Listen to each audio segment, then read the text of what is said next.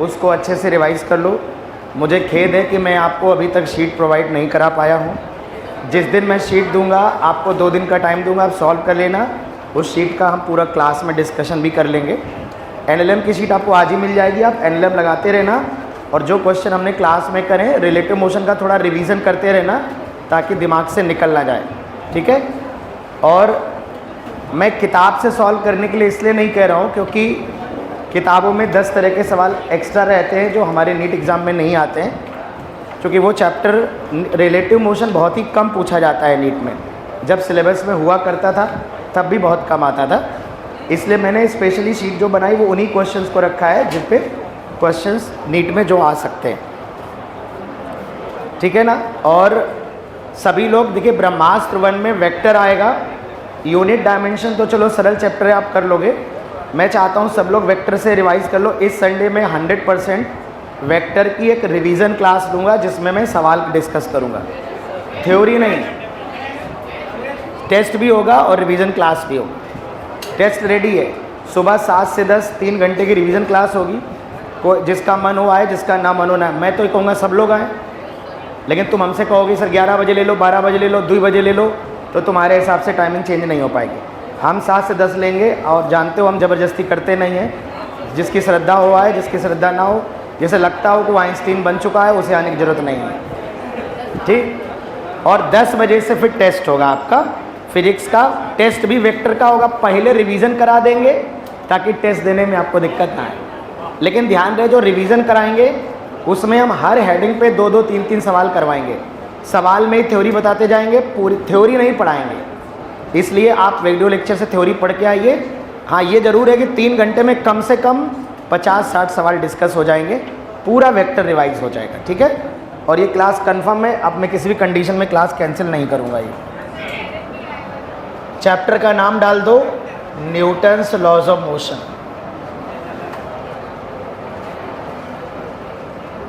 Newton's laws of motion.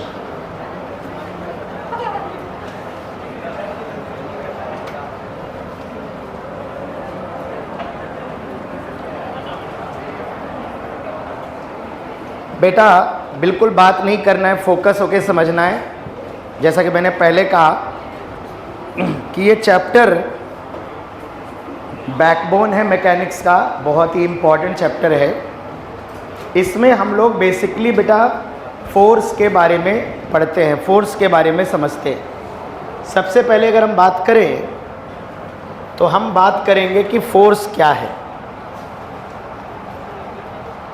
तो पुराने ज़माने में जब हम फोर्स के बारे में पढ़ते थे तो हम कहते थे फोर्स हमारा एक पुल या पुश है, किसी बॉडी को अपनी तरफ घसीटना, खींचना, या किसी बॉडी को अपने से दूर पुश करना, धक्का देना, ये हमारा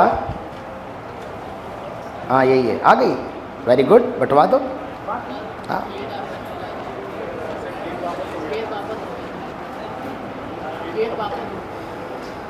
केस वापस नहीं, रिलेटिव मोशन नहीं है।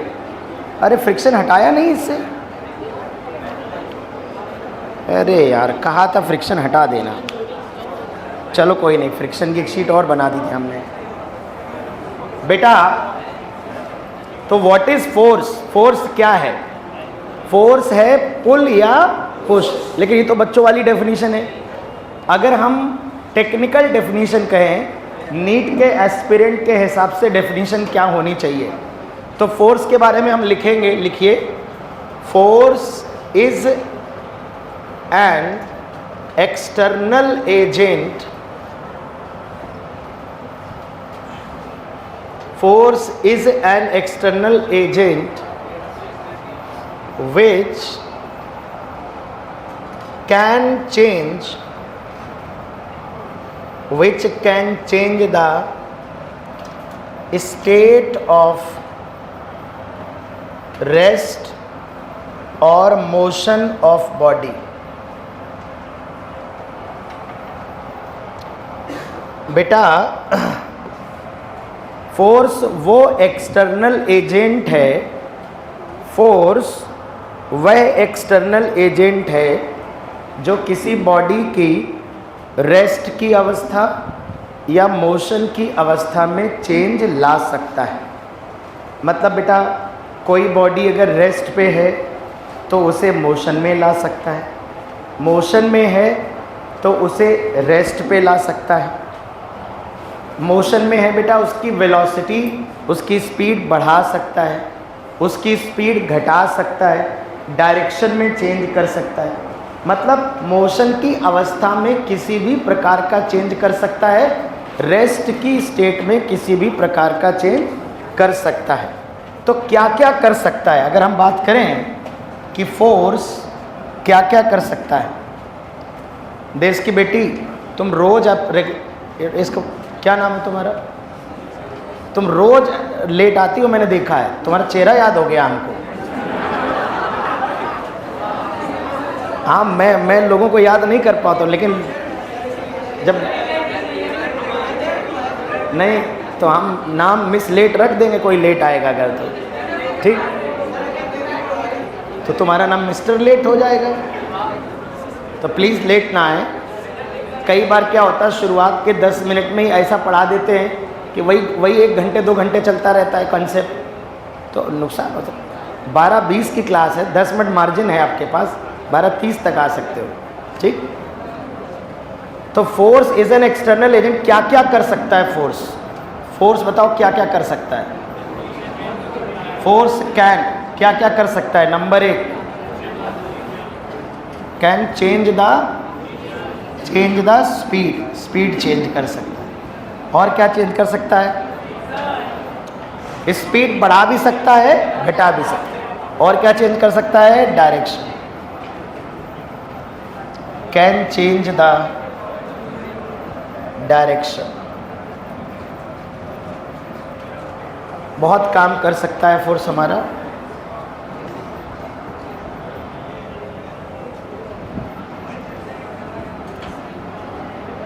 वैसे तो can change the shape and size भी चेंज कर सकता है, बट उसकी बात हम नहीं करेंगे। शेप एंड साइज मतलब फोर्स से हम बॉडी को डिफॉर्म भी कर सकते हैं, पर हम डिफॉर्मेशन की बात इस चैप्टर में नहीं करेंगे।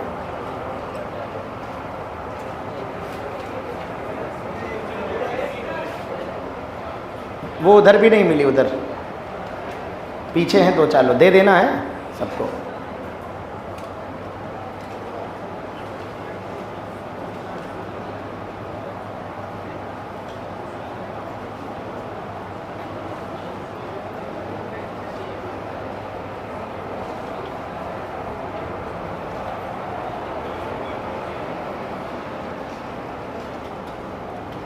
उधर उधर भैया मांग लो, नहीं तो बाद में परेशान रहोगे। किसको नहीं मिली हाथ उठाओ। उधर किसी को नहीं मिली, मिल गई। इधर बच्ची को नहीं मिली एक।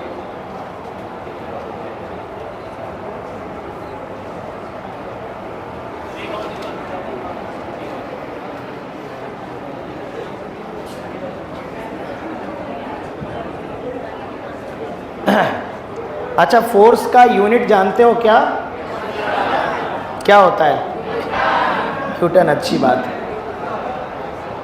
मुबारक हो, आपको पता है। चलिए, इनर्शिया, व्हाट इज इनर्शिया। लिखने का ज़्यादा समय नहीं मिलेगा बेटा, ज़माना बदल गया है अब। तुरंत लिखा करो, वरना लिख लो, ये लास्ट वार्निंग है। 2 लाइनें लिखने के लिए 1 घंटा चाहिए, इतना टाइम नहीं मिलेगा।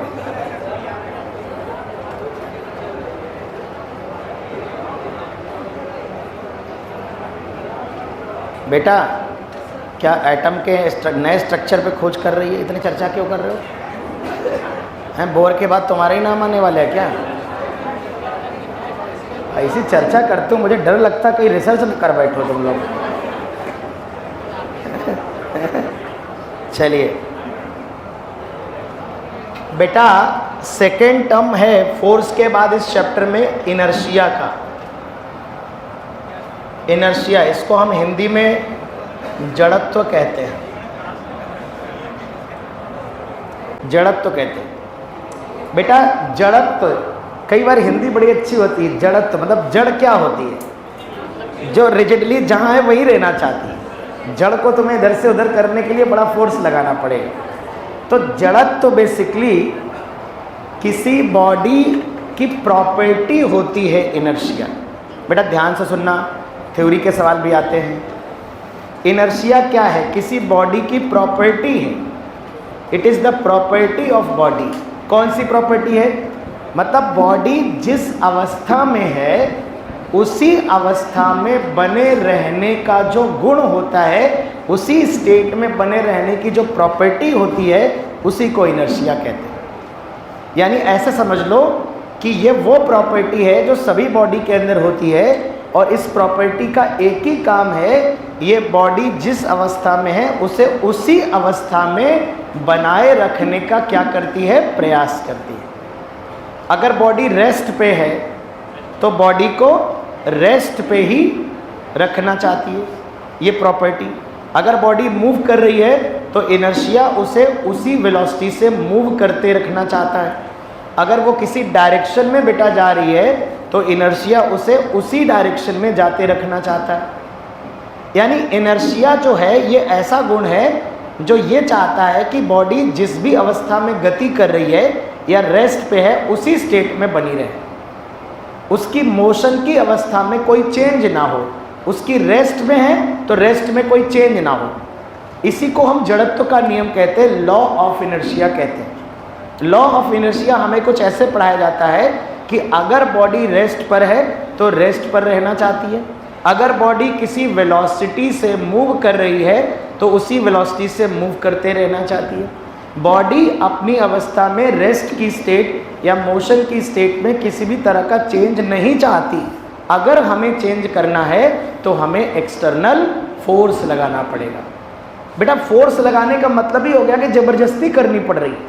हमने आपसे कहा बेटा इधर से उधर बैठ जाओ, आप नहीं बैठ रहे, हम आपको घसीट के ले जा रहे हैं, फोर्स लगा के ले जा रहे हैं। मतलब हम फोर्सफुली, फोर्स का मतलब ही हो गया ज़बरदस्ती।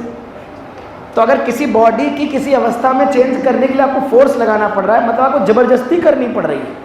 अपने आप आपने कहे बॉडी इधर से इधर जा, बॉडी नहीं गई।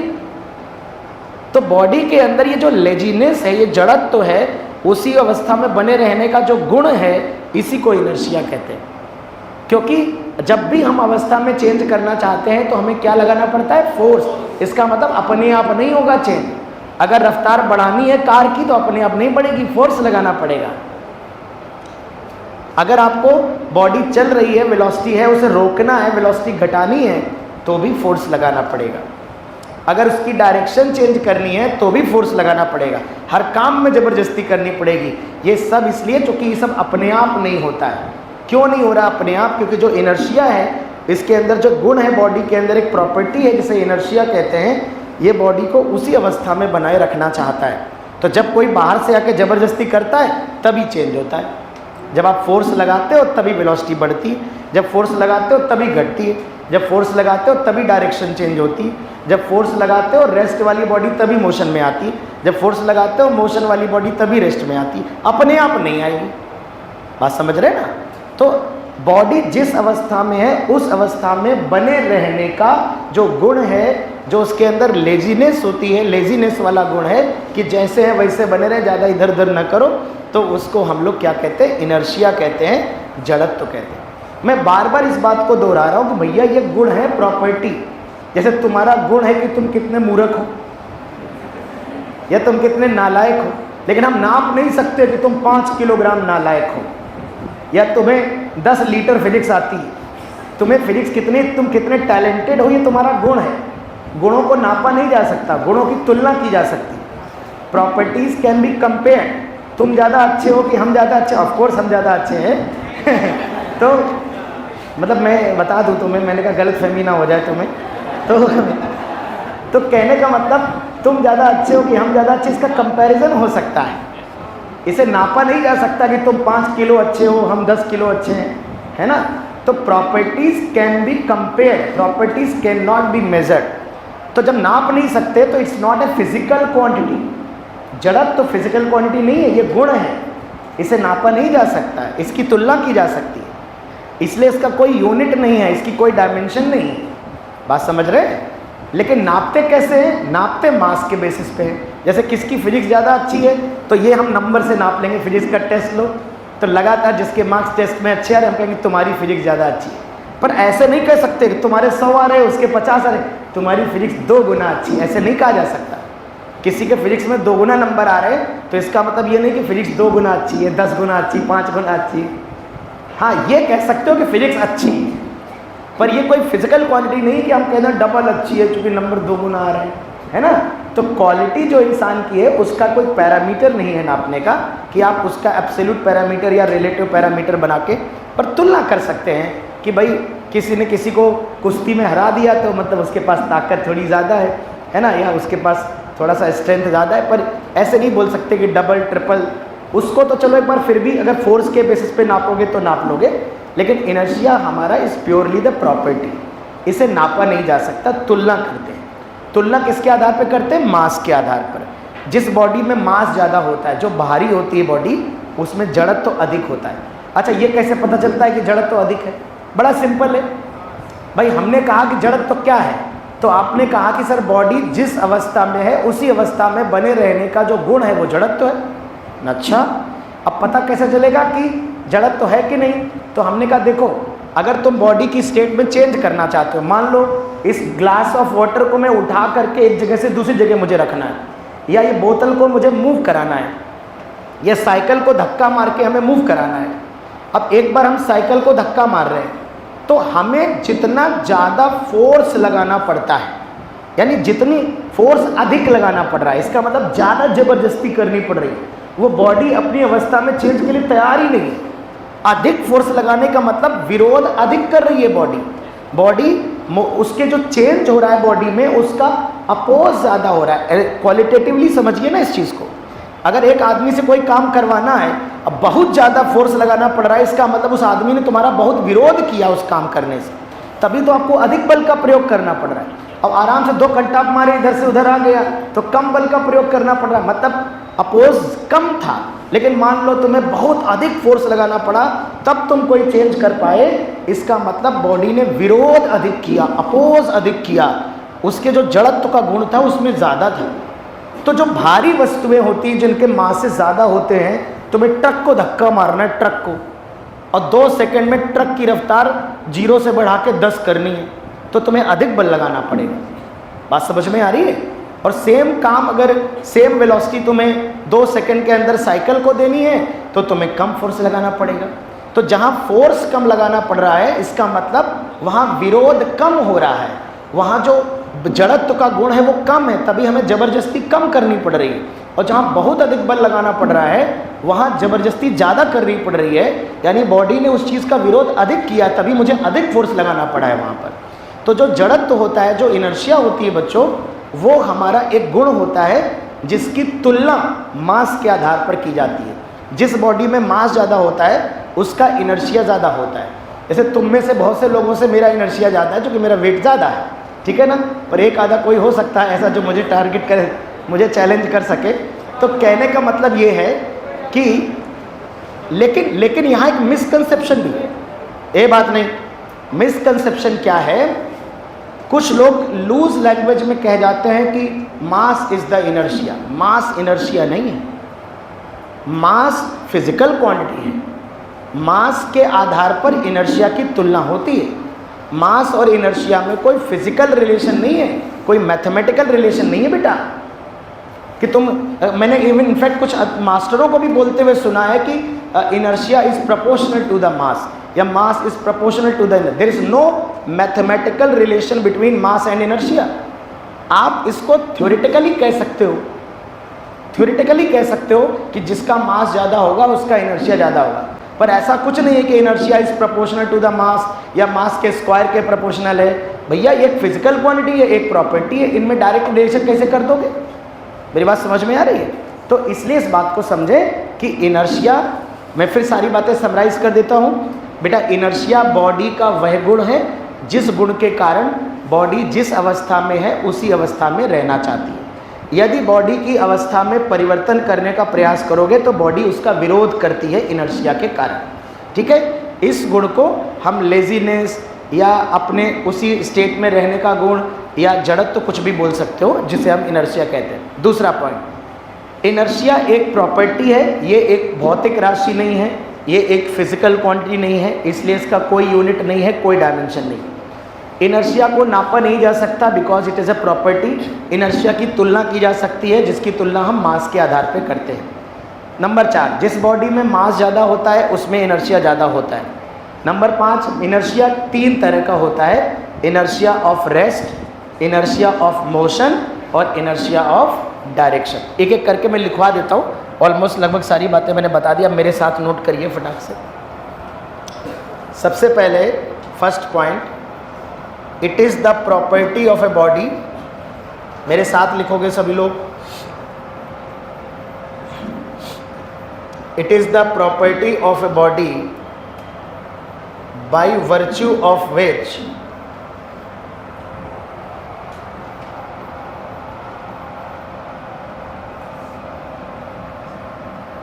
बॉडी रेजिस्ट मतलब विरोध करना। यह बॉडी का वह गुण है जिसके कारण बॉडी विरोध करती, रेजिस्ट करती है। किसका? रेजिस्ट टू एनी चेंज, किसी भी तरह के परिवर्तन का विरोध करती है। किसमें परिवर्तन?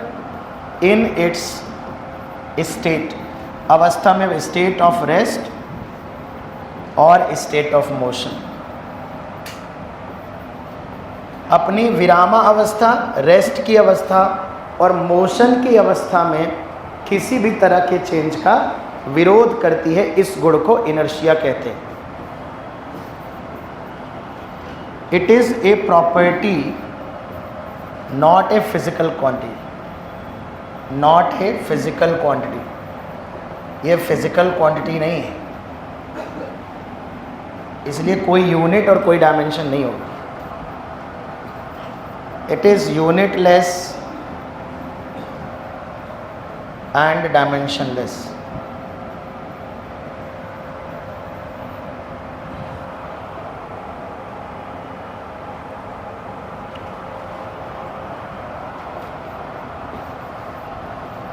It can be compared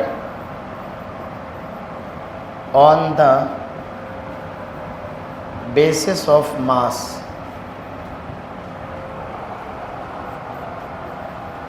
मास जितना ज़्यादा होगा, इनर्शिया उतना ही ज़्यादा होगा।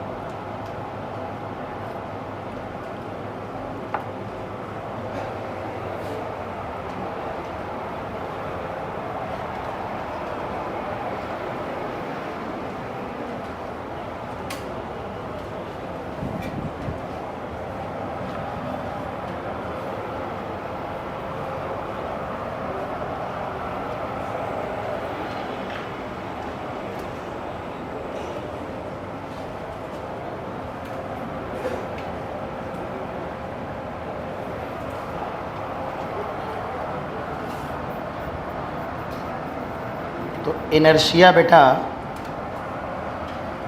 3 तरह का होता है। Types of inertia,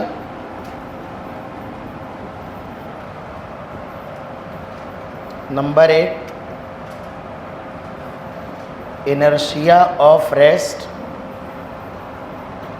number 2 inertia of motion, number 3 inertia of direction.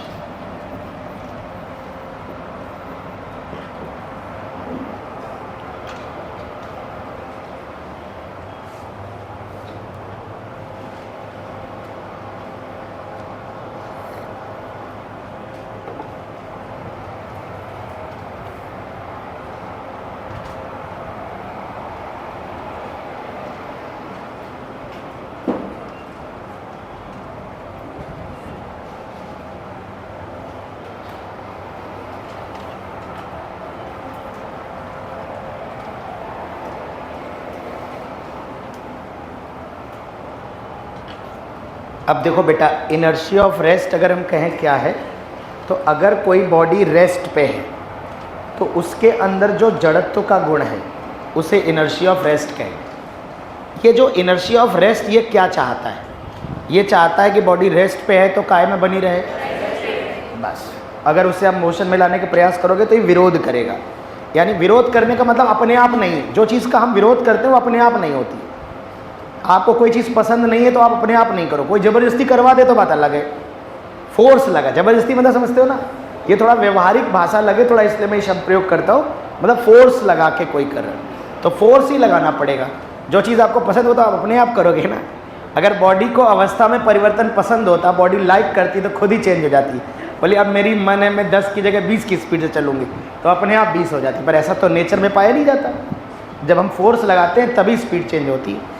तो इसी से हमने इस चीज़ को समझा कि बॉडी अपने आप चेंज नहीं करना चाहती। तो बेटा इनर्शिया ऑफ रेस्ट क्या है? अगर कोई बॉडी रेस्ट पे है और वो रेस्ट पे ही रहना चाहती है तो ये जो गुण है वो इनर्शिया ऑफ रेस्ट कहलाता है। बहुत थ्योरी नहीं लिखाऊंगा मैं इन सब में ना। इसका एक सिंपल एग्जांपल है, जैसे आप मान लो बस में खड़े हो, रजनीकांत बने, बोले हम ही हम हैं तो क्या हम हैं, और बस वाले ने ज़ोर से एक्सेलरेट कर दिया अचानक से, तो क्या होगा? जैसे आप एक्सेलरेट होगे तो आपके पैरों पे तो चलो फ्रिक्शन लगेगा, पैर थोड़ा सा आगे हो जाएंगे और आपकी रिमेनिंग जो बॉडी का ऊपर वाली बॉडी है जो उसका जो इनर्शिया है वो बॉडी को वहीं रखने का प्रयास करता है, तो आपकी बॉडी अनबैलेंस हो जाती है, आप पीछे की तरफ गिर जाओगे, है कि नहीं? अब वो मैं हूं ना वाले शाहरुख खान तो हो नहीं कि तुम ऐसे गए ना, यहाँ पे चोट ही लगने वाली है तुम्हें। इनर्शिया ऑफ मोशन क्या है? उल्टा कर दो, अगर बॉडी रेस्ट पे है तो रेस्ट पे रहना चाहती है। जैसे कई बार क्या होता है, मान लो इस बार बस चल रही है 100 की रफ्तार से और तुम फिर रजनीकांत बन के खड़े हो और बस वाले ने ब्रेक लगा दिया जोर से। अब तुम्हारी बॉडी मूविंग थी तो तुम्हारी बॉडी में कौन सा इनर्शिया था? Inertia of motion. तो वो क्या चाहता था कि बॉडी मूविंग ही बनी रहे। अब बस वाले ने हपक के ब्रेक लगा दिए। भाई थोड़े बहुत ब्रेक में तो चलो एडजस्ट हो जाता है, जोर से ब्रेक लगाया। आप सब खनपुरिया भाषा नहीं समझते, अरे हपक के हचक के जैसे भी बोलना चाहिए।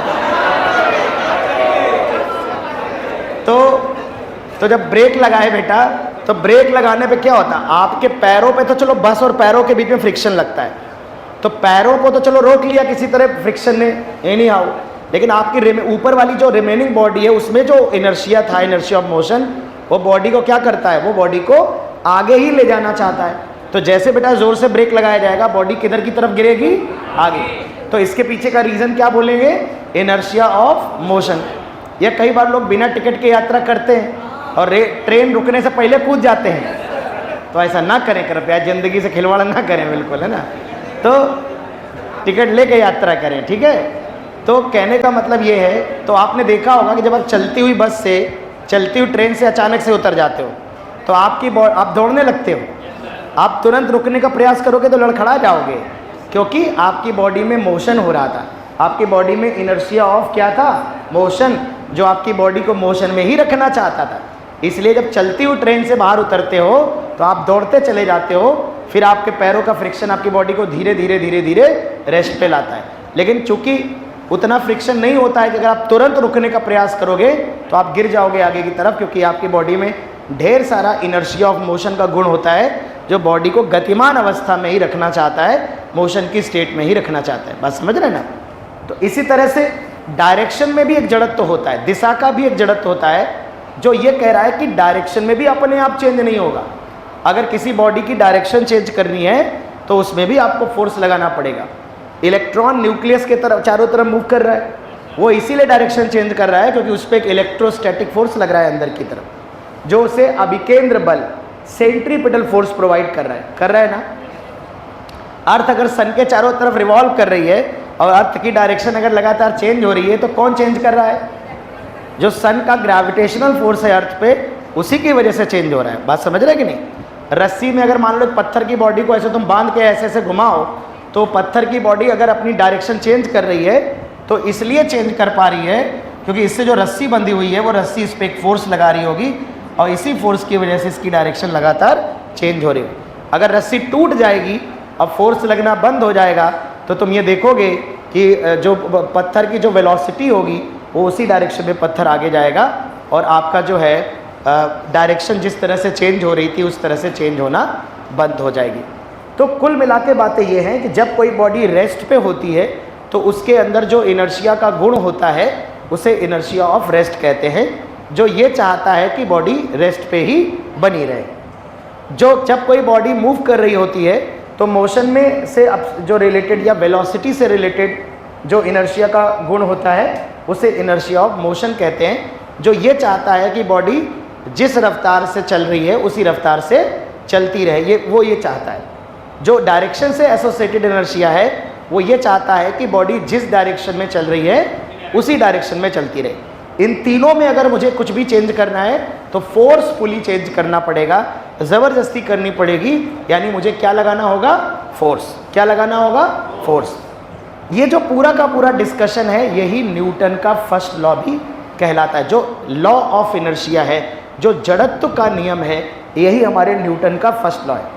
न्यूटन साहब ने फर्स्ट लॉ में अपने यही लिखा है कि अगर कोई बॉडी रेस्ट पर है तो रेस्ट पे रहेगी, अगर कोई बॉडी मोशन में है तो मोशन में रहना चाहती है, अगर कोई बॉडी किसी डायरेक्शन में चल रही है तो उसी डायरेक्शन में चलते रहना चाहती है।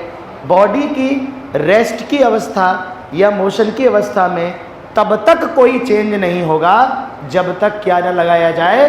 फोर्स ना लगाए। This is called Newton's first law. ठीक है, तो इसके बाद हम बेटा चर्चा करेंगे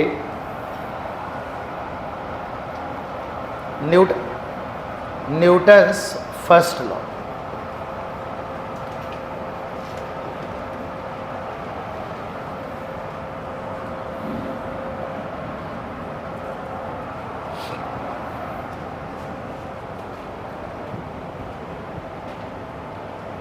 बेटा न्यूटन का जो फर्स्ट लॉ है इसमें मैं ज़्यादा कुछ नहीं लिखूंगा, सिंपल एक लाइन लिखूंगा, it is the law of inertia. मतलब जो जड़त्व का नियम है वही न्यूटन का फर्स्ट लॉ। क्या है जड़त्व का नियम? मैं 5 बार सुना चुका हूँ, जो मैं बार बार बोल रहा हूँ कि बॉडी जिस अवस्था में है उसी अवस्था में रहना चाहती है। ठीक है, तो लॉ ऑफ इनर्शिया जो भी बच्चों हमने पिछली जो भी चर्चा करी वो सब कुछ आप न्यूटन के फर्स्ट लॉ में डाल सकते हो। अब मुद्दा ये आता है तो ये इस लॉ का निचोड़ क्या है, निचोड़ कंक्लूजन क्या है? हम इस न्यूटन के फर्स्ट लॉ से या इनर्शिया के लॉ से कंक्लूड क्या कर सकते हैं? What can be the mathematical conclusion from this law? तो हम ये कंक्लूड कर सकते, हमने ये कंक्लूड किया कि अवस्था में रेस्ट की स्टेट या मोशन की स्टेट में कोई भी चेंज तभी होगा जब क्या लगाओगे? अगर फोर्स नहीं लगाओगे तो कोई चेंज नहीं होगा। यानी अगर वेलोसिटी 0 है, रेस्ट पे है, तो 0 बनी रहेगी। अगर 10 है तो 10 बनी रहेगी। अगर 15 है तो 15 बनी रहेगी। अगर ईस्ट डायरेक्शन में जा रहा है तो उसी डायरेक्शन में अगर फोर्स क्या होगा? 0। अच्छा एक बात बताओ, जिस अवस्था में है उसी अवस्था में बने रहने का मतलब क्या हुआ? मतलब ये हुआ कि वेलोसिटी में कोई चेंज रेस्ट पे बना है, मतलब वेलोसिटी चेंज नहीं हो रही। सोचो अगर कोई रेस्ट पे था अब मोशन में आ जाए तो वेलोसिटी चेंज हुई कि नहीं? और वेलोसिटी चेंज कौन करता है? एक्सेलरेशन। यानी क्या आ गया उसमें? एक्सेलरेशन आ गया। मान लो किसी की वेलोसिटी 10 से 12 हो गई तो वेलोसिटी चेंज हुई कि नहीं हुई? तो क्या आ गया उसमें? एक्सेलरेशन। अगर मान लो डायरेक्शन चेंज हो गई, डायरेक्शन, तो डायरेक्शन चेंज हुई तो वेलोसिटी चेंज हुई कि नहीं हुई? तो क्या आ गया उसमें? क्या आ गया? तो कौन ला रहा है एक्सेलरेशन? एक्सेलरेशन हम आ रहा है, इसका मतलब फोर्स ला रहा है। और अगर फोर्स नहीं लगाओगे तो अवस्था में परिवर्तन नहीं होगा, ना गतिमान अवस्था में होगा ना विरामावस्था में होगा। रेस्ट पे है तो रेस्ट पे बनी रहेगी, मोशन में है मोशन में जैसे है वैसे बनी रहेगी। इसका मतलब यही तो कहना चाह रहा हूँ मैं कि अगर फोर्स नहीं लगाओगे तो अवस्था में परिवर्तन नहीं होगा, मतलब वेलोसिटी चेंज, मतलब एक्सेलरेशन नहीं होगा, मतलब कितना होगा? 0 होगा। तो जो निचोड़ है, जो कंक्लूजन है इस लॉ का, वो ये है कि अगर किसी बॉडी पे फोर्स नहीं लगाएंगे तो उसका एक्सेलरेशन क्या होगा? 0। अगर फोर्स 0 होगा तो एक्सेलरेशन 0 होगा। ये न्यूटन के फर्स्ट लॉ का मैथमेटिकल फॉर्म कह सकते हो। कंक्लूजन, न्यूटन का लॉ जो ये लंबा चौड़ा स्टेटमेंट में लिख रहा हूँ, ये यही कहना चाह रहा है कि यदि फोर्स नहीं लगाया जाएगा तो ना तो मोशन में कोई चेंज होगा ना ही रेस्ट में कोई चेंज होगा, इसका मतलब है किसी भी प्रकार का कोई परिवर्तन इसमें नहीं होने वाला है। तो ये हमारा न्यूटन का बेटा फर्स्ट लॉ है। This is first law of Newton कि अगर किसी बॉडी पे फोर्स नहीं लगाया जाएगा तो उसकी वेलोसिटी में कोई भी चेंज नहीं होगा, और वेलोसिटी में बेटा अगर चेंज नहीं हो रहा है मतलब उसका एक्सेलेरेशन जीरो है। क्योंकि एक्सेलेरेशन अगर जीरो नहीं होगा तो वेलोसिटी में चेंज आ जाएगा। एक्सेलेरेशन होता ही है rate of change of velocity. I hope आपको याद होगा बेटा, है ना। चलिए, तो ये न्यूटन का फर्स्ट लॉ। बेटा ये जो मैंने आधी लाइन लिखी है, it is the law of inertia, इसके अंदर पूरा पैराग्राफ है। कौन सा वाला? बॉडी रेस्ट पे है तो काय में रहना चाहती है? रेस्ट पे। जिस वेलोसिटी से मूव कर रही है उसी वेलोसिटी से मूव करते रहना चाहती है। जिस डायरेक्शन में मूव कर रही है उसी डायरेक्शन में। बॉडी की अवस्था में तब तक परिवर्तन नहीं होगा जब तक उस पर कोई एक्सटर्नल फोर्स, इसी को लॉ ऑफ इनर्शिया कहते हैं, जो न्यूटन का फर्स्ट लॉ। समझ आ रही है बात? ठीक। बेटा न्यूटन का सेकंड लॉ आ जाते हैं।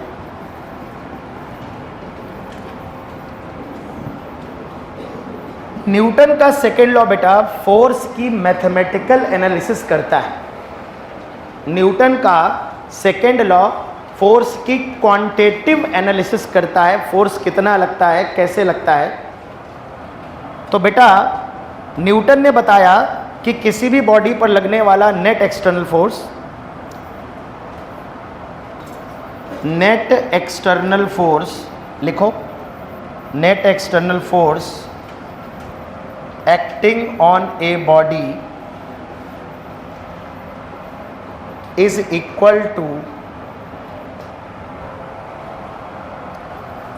rate of change of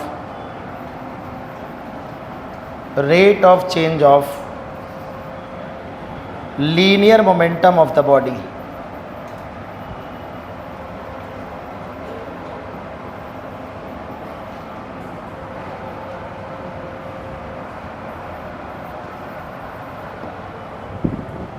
किसी भी बॉडी का जो rate of change of linear momentum है वो उस बॉडी पर लगने वाले एक्सटर्नल फोर्स के बराबर होता है। हिंदी में कहेंगे तो बोलेंगे संवेग परिवर्तन की जो दर होती है उसे बल कहते हैं।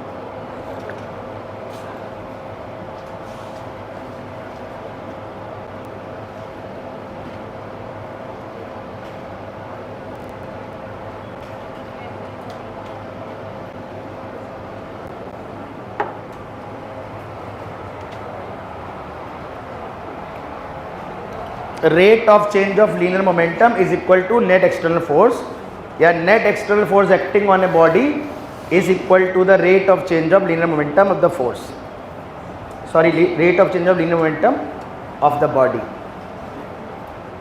तो ये न्यूटन का सेकेंड लॉ है जो उन्होंने ढेर सारे एक्सपेरिमेंट करके इस्टेब्लिश किया होगा। अब उन्होंने एक्सपेरिमेंट क्या किया, कैसे किया, वो हमारे चिंता का विषय नहीं है, ठीक है। तो बेसिकली बेटा उन्होंने क्या बताया, बेटा ध्यान समझना। बेटा जब भी हम रेट की बात करते हैं, रेट दर की बात करते हैं, दर, तो वहाँ पर बेटा क्या आता है, डिफरेंशिएशन। आपको याद है बेटा जब हमने आपको dy बाई dx पढ़ाया था, y का डिफरेंशिएशन x के रिस्पेक्ट में, तो हमने इसको कहा था कि फिजिक्स में इसका मतलब होता है rate of change of y with respect to x, होता है ना।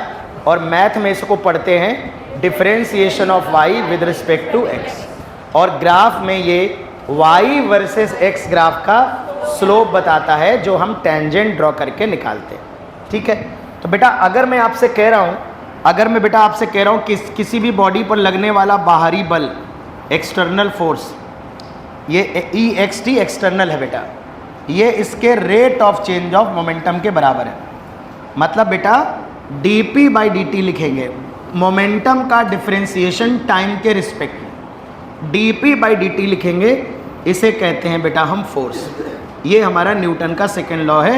अरे भाई डॉक्टर देश की अर्थव्यवस्था में कंट्रीब्यूट करते हैं कि नहीं करते? अरे लोगों को स्वस्थ रखोगे तभी तो लोग मेहनत से काम कर पाएंगे, देश की उन्नति होगी, समझते नहीं। मैं ऐसे नहीं बोलता, सोच समझ के बोलता हूँ यार। तो एवरेज फोर्स बेटा इंटरवल ऑफ टाइम जब बड़ा होता है, तो एवरेज जब भी डिफाइन करते हैं तो ऐसे लिखेंगे, delta P by delta T. Delta P का मतलब change in momentum upon time interval, है ना। और अगर आपने डी टी टाइम के लिए डिफाइन किया है तो बेटा इसे इंस्टेंटेनियस फोर्स कहते हैं, है ना। तो delta P upon delta T. Delta P का मतलब समझ रहे हो, फाइनल मोमेंटम माइनस, ध्यान रहे मोमेंटम एक वेक्टर क्वांटिटी है, फाइनल टाइम माइनस इनिशियल, ठीक है। T final minus T initial कर सकते, टाइम इंटरवल है T2 minus T1, T2 T1 मतलब घड़ी के दो टाइम है कि T1 से T2 के बीच में आपको बताना है।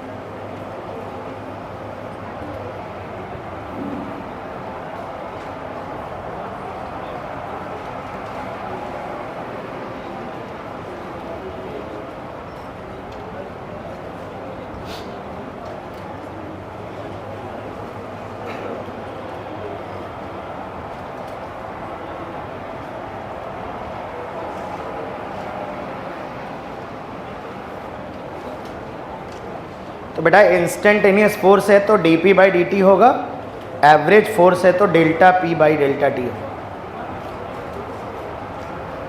p यहाँ पर क्या है बेटा, व्हाट इज p? मोमेंटम दो प्रकार का होता है, लिख सकते हो, लीनियर मोमेंटम बोलते हैं इसको, संवेग बोलते हैं हिंदी में। मोमेंटम का फॉर्मूला बताओ, p बराबर mv स्क्वायर। अच्छा चलो, अच्छा p बराबर अगर mv लिखा बेटा, p बराबर अगर mv लिखा बेटा, तो f एक्सटर्नल बताओ क्या आ जाएगा बेटा? डिफरेंशिएशन कर लेते हैं, डिफरेंशिएशन ऑफ mv।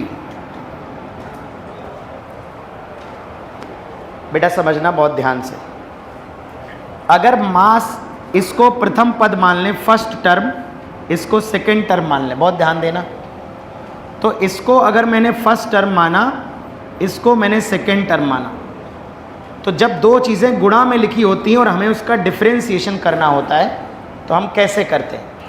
पहले फर्स्ट वाले का डिफरेंशिएशन करते हैं, तो m का करेंगे पहले, क्या लिखेंगे? dm बाई, ये है rate of change of mass. ये तब आएगा जब मास वेरी कर रहा होगा, इनटू सेकेंड टर्म लिख देते हैं। ये अभी पूरा नहीं हुआ बेटा, दो चीज़ें जब गुणा में होती हैं, मैंने डिफरेंशिएशन में पढ़ाया है, तो हम पहले का डिफरेंशिएशन करते हैं, दूसरे से मल्टीप्लाई करते हैं।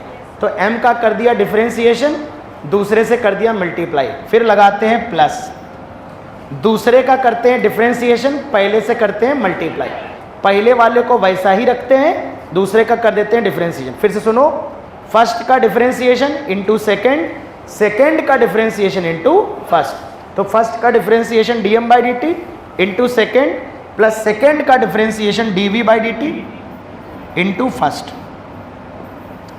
तो फोर्स के फॉर्मूले में दो टर्म आएंगे, ये वाला टर्म तब यूज होगा जब मास बदल रहा होगा समय के साथ। क्या बदल रहा होगा? वेरिएबल मास सिस्टम, रॉकेट वगैरह में आएगा, रॉकेट में गैसेस निकल रही होंगी, रॉकेट उड़ रहा होगा, है ना, वेरिएबल मास सिस्टम में आएगा। एक कंटेनर होगा, पानी उसमें छेद होगा, कंटेनर में पानी बाहर निकल रहा होगा, कंटेनर पे फोर्स लग रहा होगा, है ना। या एक कन्वेयर बेल्ट होगी, उस कन्वेयर बेल्ट पे ऊपर से मान लो कोई चीज़ गिर रही है, कन्वेयर बेल्ट चल रही है, उस पर कोई मास ऐड होता जा रहा है ना। तो इस तरह के सवालों में ये लगेगा। कहाँ लगेगा मैं अलग से सवाल कराऊंगा। अभी मैं ये मान लूँ, अगर बेटा मैं ये मान लूँ कि अगर बेटा मास कांस्टेंट मान लिया जाए, अगर मान लिया जाए कि बेटा मास बदल नहीं रहा है, तो बेटा मास का डिफरेंशिएशन कितना हो जाएगा? 0, क्योंकि कांस्टेंट का डिफरेंशिएशन क्या होता है? 0। तो बेटा ये वाला टर्म 0 हो जाएगा उस केस में, और उस केस में जो इक्वेशन बन जाएगी F बराबर ये क्या है बेटा? m, और dv बाई dt मुझे उम्मीद है rate of change of velocity with respect to time आपको पता होगा कि एक्सेलेरेशन होता है। तो ये इक्वेशन आ जाएगी F बराबर ma। ध्यान रहे ये वेक्टर इक्वेशन है बेटा, मतलब जिस दिशा में एक्सेलेरेशन होगा उसी दिशा में फोर्स लगेगा, क्योंकि मास एक स्केलर क्वांटिटी है और मास कभी नेगेटिव नहीं होता, मास हमेशा पॉजिटिव हो सकता है। ठीक है, यानी ए वेक्टर और एफ की डायरेक्शन क्या होती से। अब जैसे कोई न्यूटन का फर्स्ट लॉ सेकेंड लॉ पूछता है, तो बहुत सी जनता एफ बराबर एम ए बताती है। आप देख रहे हो कि एफ बराबर एम ए हमेशा वैलिड नहीं होगा, क्या पता ये क्वेश्चन आ जाए। अगर मास वेरिएबल हो गया मेरे बच्चे, तो क्या ये क्वेश्चन ऐसे ही लगा पाओगे क्या? नहीं लगा पाओगे ना, इसके लिए क्या कांस्टेंट होना चाहिए। इसीलिए समझदार बच्चे जो होते हैं, अगर मान लो आए which of the following is correct about Newton second law, which equation is correct regarding Newton second law, और एक ऑफ दो ऑप्शन लिखे हों, एक F बराबर ma और एक F बराबर dp/dt। अब आप सोचोगे दोनों करेक्ट हैं, क्या करें, ऑप्शन तो एक ही टिक करना है, तो मोर एक्यूरेट कौन माना जाएगा, करेक्ट वाकई दोनों हैं, लेकिन F बराबर dp/dt इज मोर जनरल। बात समझ में आ रही बात। हो सकता है F बराबर ma एज इट इज इसी तरह से वैलिड ना हो सकता है कि मास वेरिएबल हो और ये तो ma लिखा हो, एक टर्म और लिखा हो यहाँ पर। मेरी बात समझ में आ रही बच्चों। तो इसलिए न्यूटन सेकेंड लॉ का आंसर अगर कोई आपसे पूछे कि आप इक्वेशन बताइए न्यूटन सेकेंड लॉ की, तो ये अच्छी बात मानी जाती है कि आप F बराबर dp/dt बताएं, बजाय इसके कि आप F बराबर ma बताते हैं। ठीक है ना। तो इतनी बात आप अच्छे से लिखें, फिर मैं आपको अप्लाई करके दिखाता हूँ कि कैसे आपको अप्लाई। क्या ऊपर वाली बातें लिख ली हैं बेटा सबने, ये वाली बातें लिख लो।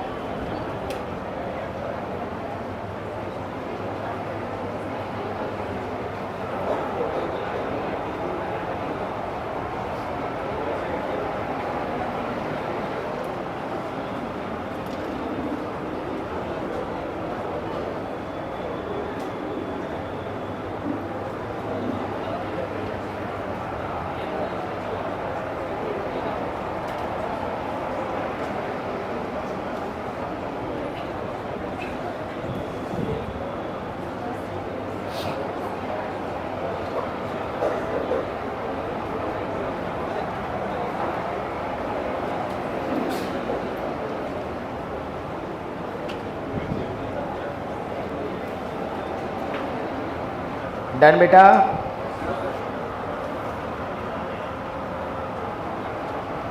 चल एक छोटा सवालों से शुरू करेंगे। न्यूटन सेकेंड लॉ पे हम कुछ सवाल करेंगे। एक 1D मोशन है, 1 डायमेंशन मोशन, मतलब स्ट्रेट लाइन में बॉडी मूव कर रही है, स्ट्रेट लाइन में। मान लेते हैं अलोंग x एक्सिस मोशन हो रहा है और इसका मोमेंटम दिया है t² + 4t + 7। Find out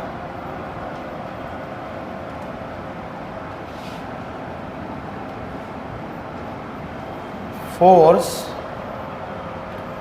as a function of time.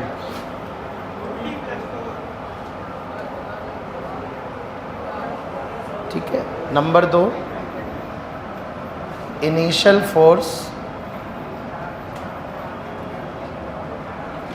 Number 3,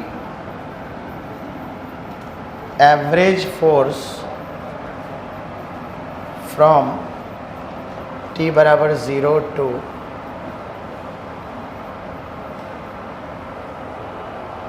ये 3 छोटे छोटे सवालों के आंसर देने बेटा।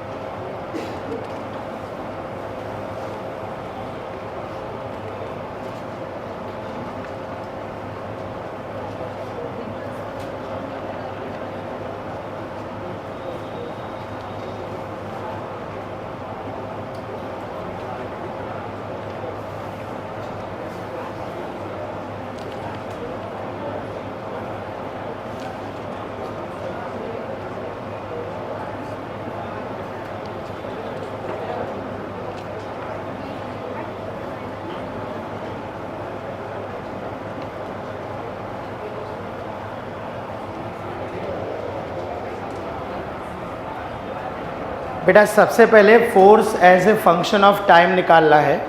तो फोर्स कैसे लिखेंगे बेटा, F बराबर d p by d t. तो हम P इसका डिफ्रेंशिएशन करेंगे। बताओ जरा टी स्क्वायर का डिफ्रेंशिएशन क्या होता है, आता है ना सबको, 2t। t का क्या हो जाएगा बेटा, t का 1 हो जाएगा, है ना, t का 1, तो 4 बना रहेगा। 7 कांस्टेंट अकेला है, कांस्टेंट का डिफ्रेंशिएशन 0, तो इसका आंसर आएगा 2t प्लस। मुझे उम्मीद है कि आपको डिफ्रेंशिएशन याद होगा। बताओ अच्छा, अगर t की पावर n लिखते थे तो बेटा डिफ्रेंशिएशन का क्या फॉर्मूला लगाते थे, n t की पावर n माइनस 1। मतलब बेटा जो पावर होती है, जो भी बच्चे मिस कर रहे हैं डिफ्रेंशिएशन, वो देखें, पावर आगे आती है, पावर में एक कम हो जाता है। मतलब जैसे अगर मान लो लिखा हो p बराबर टी क्यूब, तो जब डिफ्रेंशिएशन करेंगे तो पावर जो होती है वो आगे आती है, ध्यान दें बेटा, तो 3 आगे आएगा और 3 में से 1 माइनस हो जाएगा, पावर 1 घटा देंगे, तो 3 में से 1 माइनस करेंगे, कितना हो जाएगा 2। तो टी क्यूब का डिफ्रेंशिएशन क्या हो जाएगा, 3t स्क्वायर। ये उन बच्चों के लिए जो डिफ्रेंशिएशन भूल गए हैं। p is equal to t की पावर 4, ये पीछा नहीं छोड़ेगा डिफ्रेंशिएशन, सबसे ज़्यादा ज़रूरी है। बताओ क्या लिखोगे, जल्दी से बोलो, आगे बढ़े। 4t क्यूब, ठीक है। अच्छा बताओ t स्क्वायर है तो क्या लिखोगे, देखो इसका क्या लिखोगे, जो पावर है वो आगे आ जाती है तो 2 आगे आ जाएगा और पावर में कम हो जाएगा, 2 में 1 कम कर दोगे 1 हो जाएगा, तो टी स्क्वायर का क्या हो जाएगा 2t। देखो तभी हमने टी स्क्वायर का क्या लिखा है यहाँ 2t। समझ रहे हो सभी लोग। टी का क्या लिखेंगे, देखो टी का क्या लिखेंगे, टी का देखो देखो देखो, अगर टी लिखा है टी, तो टी का मतलब टी की पावर कितना लिखा है 1, तो 1 आगे आएगा 1, 1 में 1 घटा देंगे 0 हो जाएगा, और अगर किसी की पावर 0 तो नंबर 1 होता है। तो देखो t का डिफरेंशिएशन 1 होगा, देखो हमने 1 लिखा है। कांस्टेंट अगर लिखा है, कांस्टेंट, देखो कांस्टेंट के साथ 1 मान सकते हो, 1 का मतलब होता है t की पावर 0, और अगर 0 पावर में है और जैसे 0 को आगे लाओगे और पावर में 1 घटाओगे, 0 से जैसे मल्टीप्लाई होगा तो क्या हो जाएगा 0। इसीलिए कांस्टेंट का डिफरेंशिएशन क्या होता है 0। तो बेटा टी स्क्वायर में पावर आगे आएगी, 2t हो जाएगा, t का 1 हो जाएगा 0। ये हमारा फर्स्ट पार्ट का आंसर है, force as a function of time. Force as a function of time मतलब t के टर्म में हमें फोर्स बताना है। बेटा मुझे बताओ इनिशियल का मतलब क्या होता था, मैं बता चुका, टाइम की वैल्यू 0 रखना है, टाइम की वैल्यू। तो इनिशियल का मतलब होता है t बराबर 0, ये इनिशियल है। तो चलो फोर्स की वैल्यू बताओ, इसमें ना रख देना, फोर्स वाले में रखना, 2t प्लस 4, यहाँ 0 रखो, t कितना आ जाएगा बोलो, 2 इंटू 0 प्लस 4 कितना आ जाएगा 4, ठीक है। और क्या पूछा है, एवरेज फोर्स फ्रॉम t बराबर 0 से t बराबर 4। चलो एवरेज फोर्स का फॉर्मूला बताओ, चलो बताओ, delta p upon, delta p क्या है, चेंज इन मोमेंटम, तो मतलब p फाइनल माइनस ये घड़ी का फाइनल टाइम माइनस घड़ी का इनिशियल टाइम। चलो t1 की वैल्यू क्या है, आओ रखो, तो पहले t1 बराबर है 0, तो बताओ p1 कितना होगा या p इनिशियल कितना होगा, p वाले में रखना, p वाले में रखो, t बराबर 0, रख ना पा रहे हो सुअरो, उधर रखो, देखो t स्क्वायर 0 हो गया, 4t 0 हो गया, 7 कितना आ गया 7, t2 कितना है, दूसरा टाइम कितना है 4 सेकेंड। चलो p वाले में रखो, बताओ बताओ, फिर हम अभी तुम्हारा प्यारा नाम लेने लगेंगे। p फाइनल क्या आएगा, 4 का square t square, 4 into T, T 4 है, प्लस 7, 16 दूनी 32, 32 और 7 39, यही है ना। तो ये p फाइनल हो गया।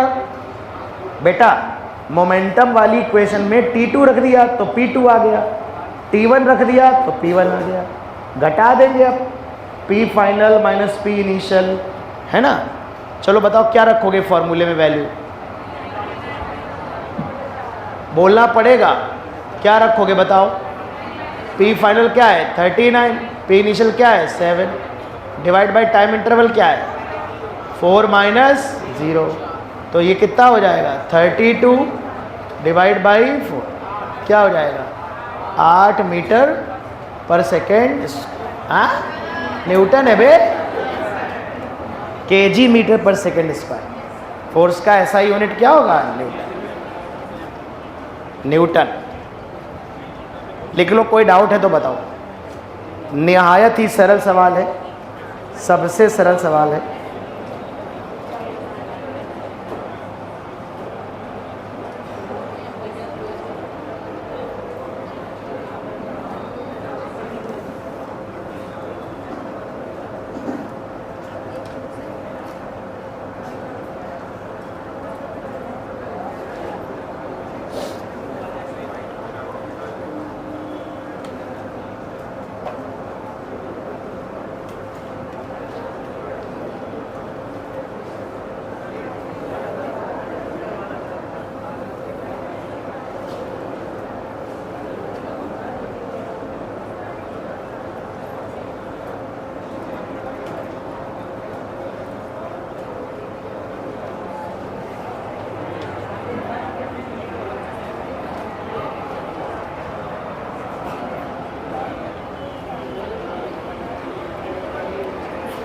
बेटा लिख लिया सभी ने?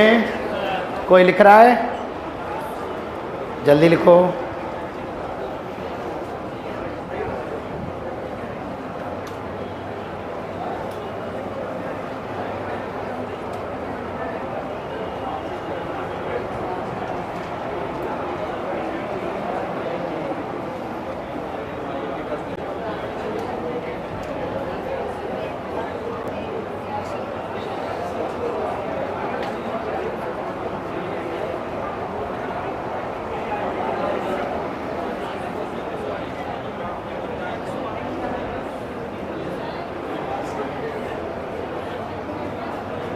जोर से बोलो।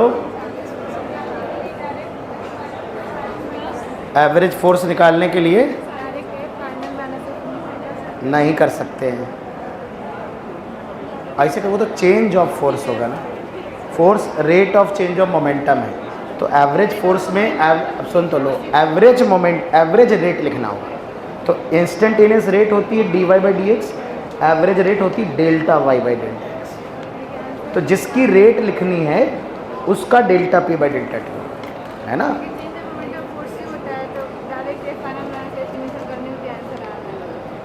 तुक्के से आंसर मैच कराना उद्देश्य नहीं, गलत मतलब गलत, डिलीट करो तुरंत के दिमाग से। कर दिया ना।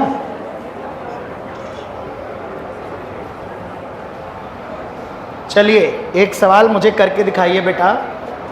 बेटा एक 1D मोशन है, 1D मोशन, 1D मोशन है along x axis, along x axis, और बॉडी का मास बेटा 2 किलोग्राम है,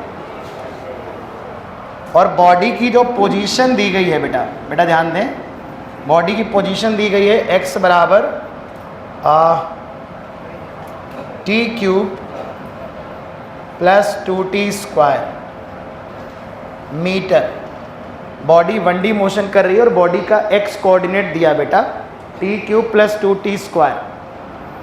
find out force on body, force on body at t बराबर 1 सेकेंड।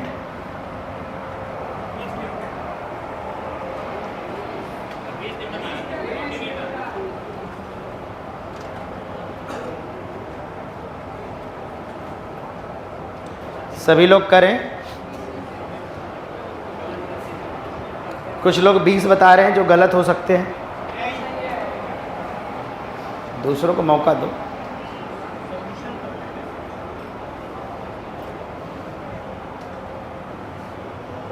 कुछ लोगों का आंसर सुन के कुछ लोग डिप्रेशन में आने लगते हैं कि हम तो सोचते रहते हैं, कुछ लोग आंसर बता देते हैं। बिल्कुल भी ऐसा सोचने की ज़रूरत नहीं है, ये सब नालायक किस्म के लोग हैं जो तुरंत आंसर बता रहे हैं।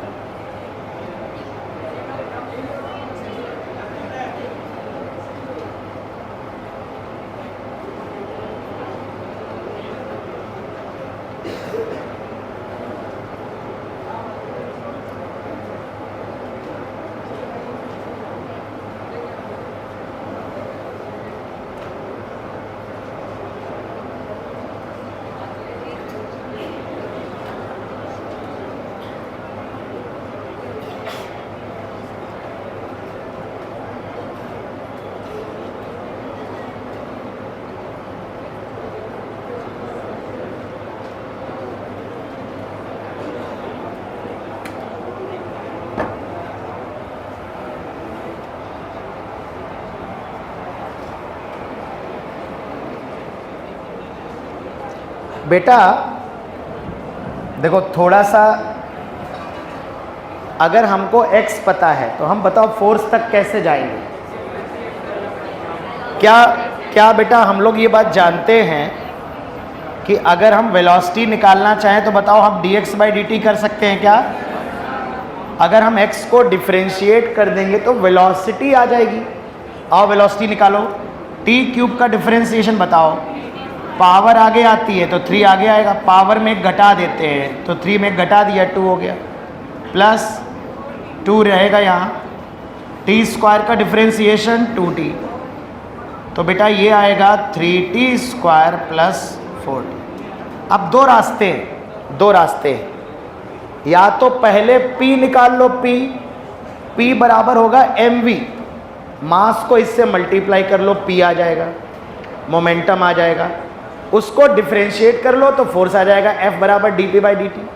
या फिर v को एक बार और डिफरेंशिएट कर लो, तो v को एक बार और डिफरेंशिएट करोगे तो बताओ क्या मिल जाएगा? एक्सेलरेशन मिल जाएगा। बेटा v बराबर dx/dt होता है, a बराबर dv/dt होता है ना? तो चलो करो डिफरेंशिएशन।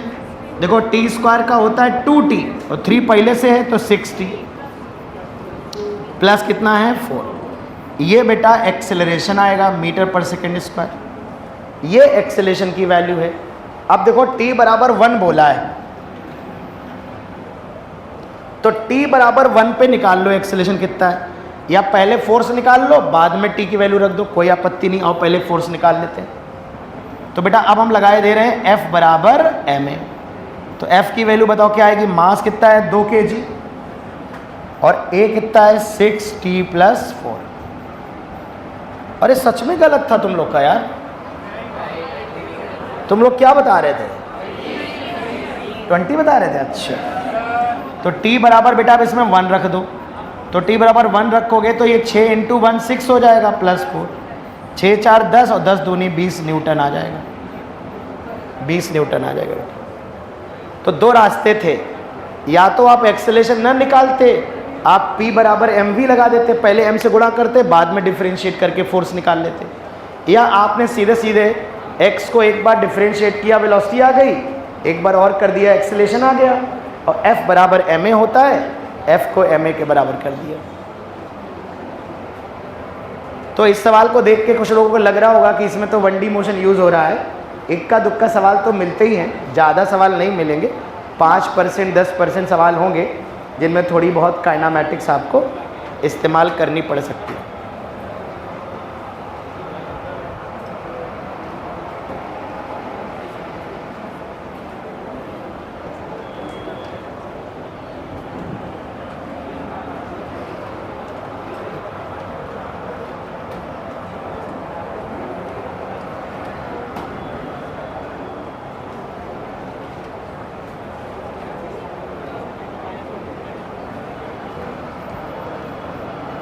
बेटा बात नहीं, बेटा ये एक दीवाल है, दीवाल, इस दीवाल से ऐसे बनाते हैं, नहीं है दीवाल। बेटा ग्राउंड है, क्या है? ग्राउंड। ग्राउंड से एक बॉडी 20 मीटर पर सेकेंड की रफ्तार से टकराती है। कितनी रफ्तार से टकरा रही है बेटा? 20 मीटर पर सेकेंड की रफ्तार से नीचे की तरफ टकराती है। बॉल का जो मास है, बॉल का मास वो आधा किलोग्राम है, 0.5 किलोग्राम। टक्कर मारने के बाद ये 10 मीटर पर सेकेंड की रफ्तार से ऊपर रिबाउंड कर जाते हैं, रिबाउंड कर जाती। बेटा 20 की रफ्तार से टक्कर मार रही है और थोड़ी बहुत एनर्जी लॉस हो जा रही होगी, थोड़ा बहुत इनइलास्टिक कोलिजन होगा, आगे पढ़ाएंगे। तुमसे ये कह रहा है टकराई 20 से है और रिबाउंड कर रही है 10 से, और ये ग्राउंड के कांटेक्ट में, अगर मैं आपको कह रहा हूं कि ball remains in contact with ground for delta T बराबर 0.02 सेकेंड्स फाइंड आउट फोर्स। कितना फोर्स इस बॉल पे हमारी ग्राउंड ने लगाया। फोर्स बताना है, कितना फोर्स बेटा? 750।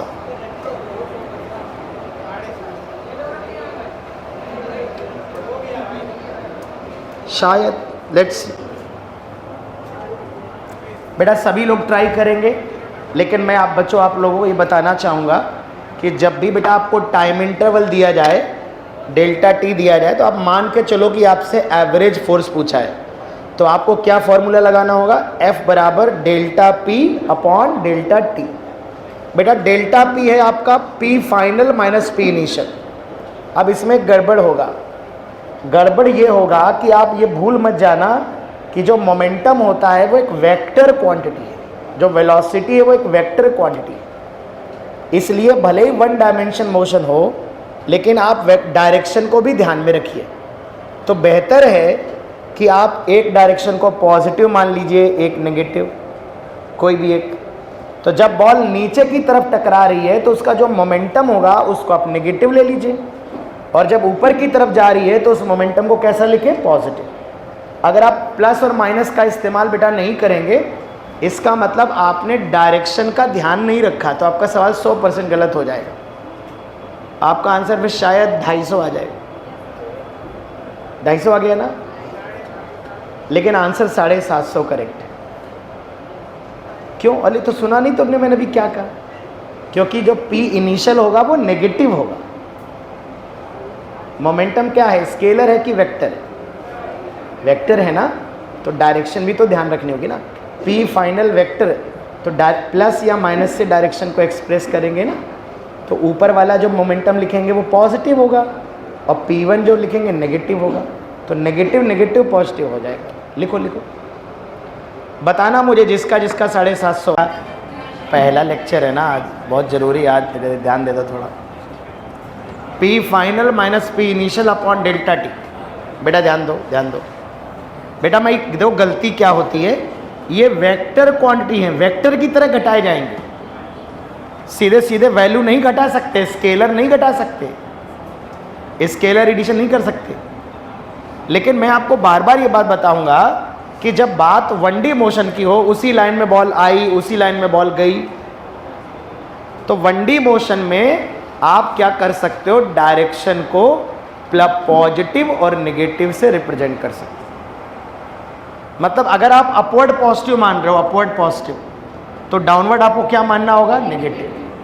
तो यहाँ पर जब आप P इनिशियल लिखोगे तो P इनिशियल नीचे की तरफ है, तो 0.5 m इंटू वी, ये नेगेटिव आएगा माइनस साइन के साथ, तो P इनिशियल आएगा -10। जब आप P फाइनल लिखोगे, P फाइनल, तो आप पॉजिटिव लिखोगे, पॉजिटिव ऊपर की तरफ है, ऊपर की तरफ 0 पर मास इंटू वेलोसिटी, तो आपका आएगा +5।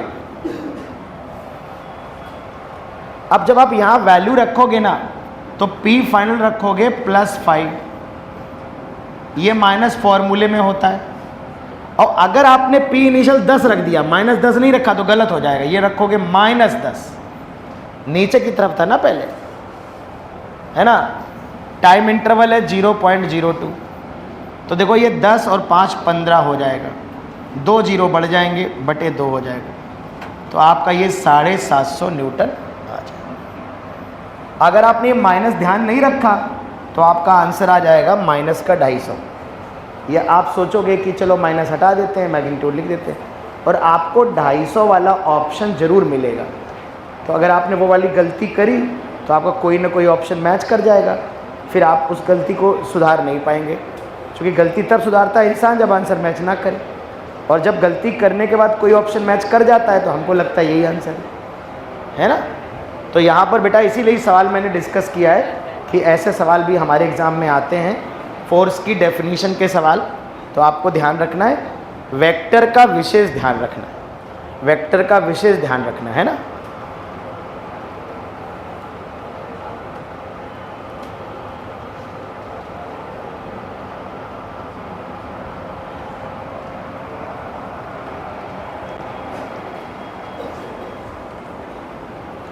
जैसे 2 साल पहले एक नीट में सवाल आया था, मुझे एग्जैक्ट याद नहीं है, पर कुछ ऐसा सवाल था कि एक बॉडी ईस्ट डायरेक्शन में जा रही है या नॉर्थ डायरेक्शन में जा रही है, बाद में वो पहले ईस्ट जा रही है फिर वो नॉर्थ की तरफ जाने लगती है, तो बताओ उस पर जो फोर्स लगा वो किस डायरेक्शन में लगा।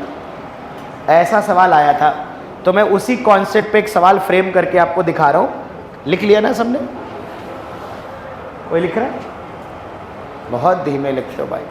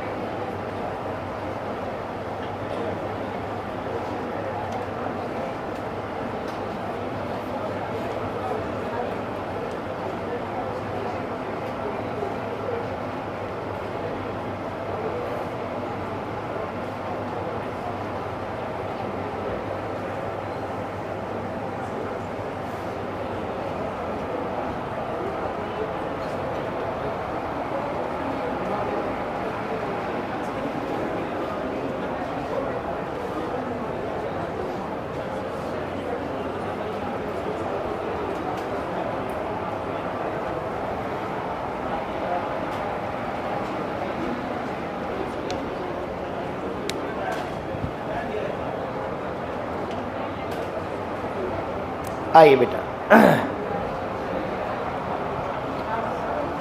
क्या बताने वाले थे? हाँ,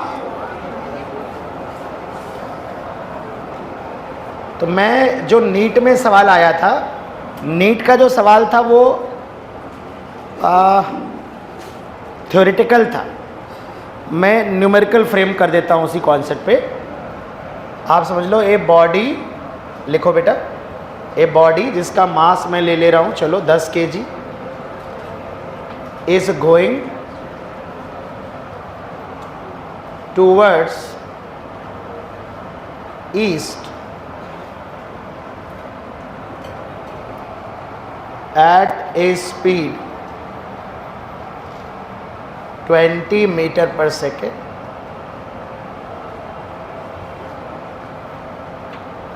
फिर आगे लिखना है,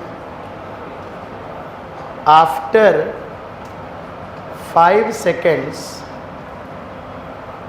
it is going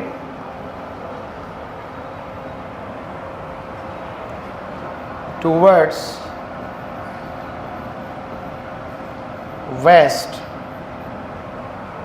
नहीं north, at same speed,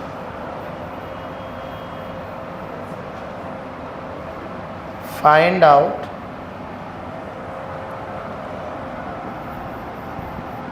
magnitude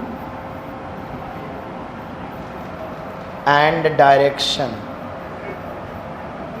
of force। बेटा ये जो सवाल आया था उन्होंने सिर्फ डायरेक्शन पूछी थी, नीट में सवाल आ चुका है। अगर आप 2021 या 22 का पेपर देखेंगे तो आपको ऐसा एक सवाल, अब एग्जैक्ट नहीं याद है, ईस्ट था, नॉर्थ था, वेस्ट था, बट कंसेप्ट, लॉजिक यही था, सवाल का कॉन्सेप्ट यही था। उन्होंने बस ये पूछा था कि फोर्स की डायरेक्शन बताओ क्या है। तो ये अगर वो केवल डायरेक्शन बेटा पूछेंगे तो वो आपको फिर डेटा नहीं बताएंगे, 20, 10, 50 ये सब नहीं लिखेंगे। हाँ, उन्होंने ये ज़रूर कहा था कि जितनी स्पीड से पहले ईस्ट जा रहा था उतनी स्पीड से नॉर्थ जा रहा है। ये बहुत ज़रूरी है बताना, नहीं तो आंसर अलग अलग आएगा। और मैंने सेम स्पीड का डेटा भी दे दिया, क्योंकि मैं सोच रहा हूँ कि अब डायरेक्शन तो पूछ ही लिए तो अगली बार मैग्नीट्यूड पूछ सकता है ना। तो इसलिए मैं थोड़ा सवाल को और अच्छा बना दिया है, नीट के सवाल को और थोड़ा बेहतर बना दिया है, मॉडिफाई कर दिया है। बेटा मैं हमेशा आपसे ये बात बोलूँगा कि जब भी इंटरवल ऑफ टाइम दिया जाए 1 सेकेंड, आधा सेकेंड, 0.01 सेकेंड, तो हमेशा मान के चलो कि एवरेज फोर्स की बात हो रही है। कई बार वो एग्ज़ाम में बेटा बताता नहीं है कि कौन सा फोर्स है। ऑफ कोर्स बेटा अंडरस्टूड है कि अगर इंटरवल ऑफ टाइम उसने बढ़ा दिया है आपको 1, 2, 4 सेकेंड, घंटा भर, 2 घंटा, 4, 5 दिन, तो 100% वो एवरेज फोर्स की बात कर रहा है। तो देखो 5 सेकेंड का इंटरवल है, देख रहे हो आप, 5 सेकेंड का। तो यहाँ पर ये 2D का सवाल है, थोड़ा सा 2D यूज़ होगा, मतलब थोड़ा सा वेक्टर हल्का फुल्का यूज़ होगा। मैं 2 बातें बता देता हूँ आपको बेटा। अगर मैं यहाँ पर खड़ा हूँ तो मुझे उम्मीद है आपको पता होगा, इस डायरेक्शन को हम ईस्ट मानते हैं अपनी कॉपी में, इस डायरेक्शन को बेटा वेस्ट मानते हैं, इस डायरेक्शन को बेटा नॉर्थ मानते हैं, और इसको हम साउथ मानते हैं। पहले हमारी गाड़ी बेटा ऐसे जा रही थी इस डायरेक्शन में, पहले गाड़ी जा रही थी इस डायरेक्शन में 20 मीटर पर सेकेंड। बाद में बेटा गाड़ी ऐसे जाने लगी, रफ्तार वही है बेटा 20 मीटर पर सेकेंड। तो हमें ये बताना है कि कितना फोर्स लगेगा, मास दिया गया है, किस डायरेक्शन में लगेगा, इनिशियल वेलोसिटी ये है और फाइनल।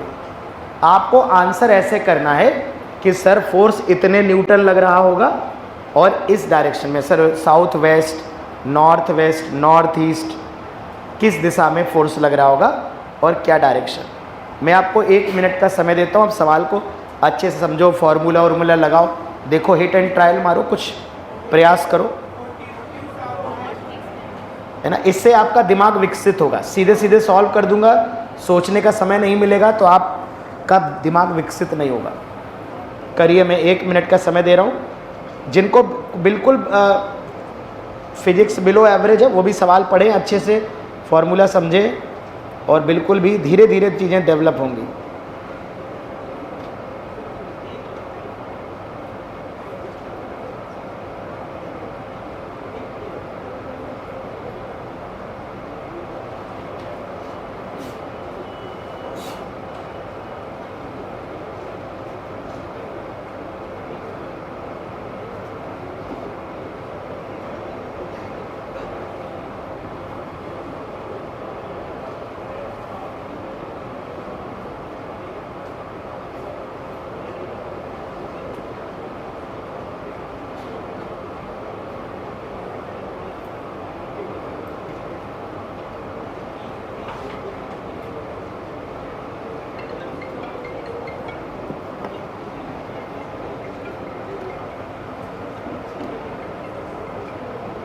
हेलो,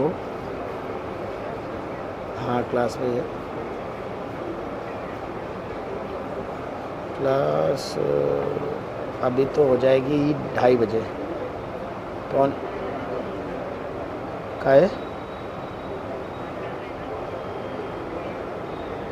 हाँ बात हो गई, वो तुम उनके साथ चली आना, हम वहीं मिलेंगे 7:30 बजे। गिफ्ट का क्या करोगी? तुम्हें कुछ लेना हो तो ले लेना, नहीं तो पैसे दे देंगे, ले लेगी।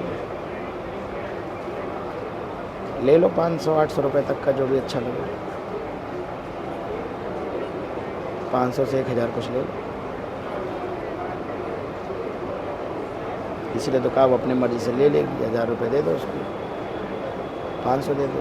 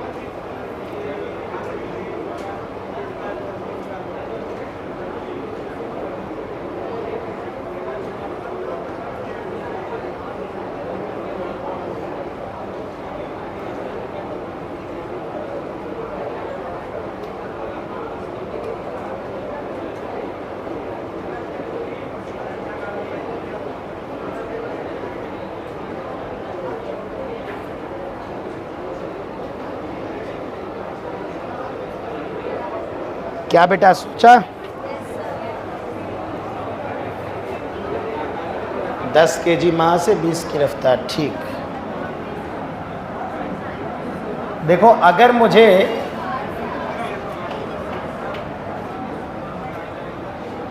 देखो बेटा थोड़ा बहुत अगर तुम ध्यान से समझोगे तो इस डायरेक्शन को अगर मैं एक्स एक्सिस मान लूँ तो ये डायरेक्शन, देखिए ये वेक्टर होते हैं। आप बेटा ध्यान समझना, ध्यान समझना। अब सब लोग कलम चलाना बंद करिए, बोर्ड पे पूरा समझिए अच्छे से। कर लिया है तो अच्छी बात है, नहीं किया तो भी अच्छी बात। समझिए, एवरेज फोर्स हम लिखेंगे डेल्टा पी, तो P final minus P initial divide by time interval. 5 second दिया है, सीधे सीधे लिख देंगे। देखो P को लिख सकते हैं mv2 minus mv1 divide by time interval. आप चाहो तो m से मल्टीप्लाई कर करके लिख सकते हो, नहीं तो ऐसे सीधे लिख दो। मास अगर इधर ले लें, बाहर ले लें, मास कितना है बेटा इसका? 10 kg, तो मास कॉमन आ जाएगा v2 माइनस, है ना? ये हमारा फोर्स। मास है 10 kg, टाइम लग रहा है 5 सेकेंड। अब देखो मैं रख रहा हूं, v1 की डायरेक्शन बताओ क्या है? पॉजिटिव एक्स में, वेक्टर है, वेक्टर, स्पीड ना है, वेलोसिटी लिखनी है। क्या लिखेंगे? 20 i कैप, एक्स डायरेक्शन में है ना। और v2 क्या लिखेंगे? 20 j कैप। तो देखो 20 j कैप लिख दिया और ये 20 i कैप लिख दिया। 5 दूनी 10, 2 बचेगा, 2 से चाहो तो मल्टीप्लाई कर दो, 40 i cap 40 j cap minus 40 i cap. एक तरीका तो ये कि आप ऐसे ही निकाल लो सीधे सीधे, है ना। तो ये सबसे बढ़िया है कि छोटा तरीका है, आप आराम से करो। देखो अब इसका मैग्नीट्यूड कैसे आएगा, बताओ मैग्नीट्यूड कैसे आएगा? मैग्नीट्यूड आएगा अंडर रूट, इसका कैसे? 40 का स्क्वायर प्लस 40 का स्क्वायर। बेटा स्क्वायर है तो पूरे में से 40 कॉमन आ जाएगा बाहर, यहाँ बचेगा 1, यहाँ बचेगा 1, कितना हो जाएगा? 2। तो मैग्नीट्यूड आएगा 40√2 न्यूटन। क्या आ रहा है किसी का? किसका आ रहा है? हाथ उठाओ। काफ़ी लोगों ने निकाला है, वेरी गुड वेरी गुड। अब देखो डायरेक्शन, डायरेक्शन 2 तरह से निकाल सकते हो। या तो आप इस वेक्टर को देख के डायरेक्शन बना लो। देखो ये जैसे j में 40 है और माइनस i में 40 है। बेटा ध्यान देना, ध्यान देना। तो माइनस i का मतलब ऐसे हो गया, ये हो गया 40 बेटा, माइनस i का मतलब हो गया इधर की तरफ, और j का मतलब हो गया एक वेक्टर ऐसा है, ये 40। देखो ये भी 40 है, ये 40 j है, ये माइनस 40 है, यही तो फोर्स है। और अगर मैं ऐसे बना लूं, क्या हुआ? चिल्ड तो है, क्या फर्क पड़ता है? 10 मिनट बाद बंद कर देगा।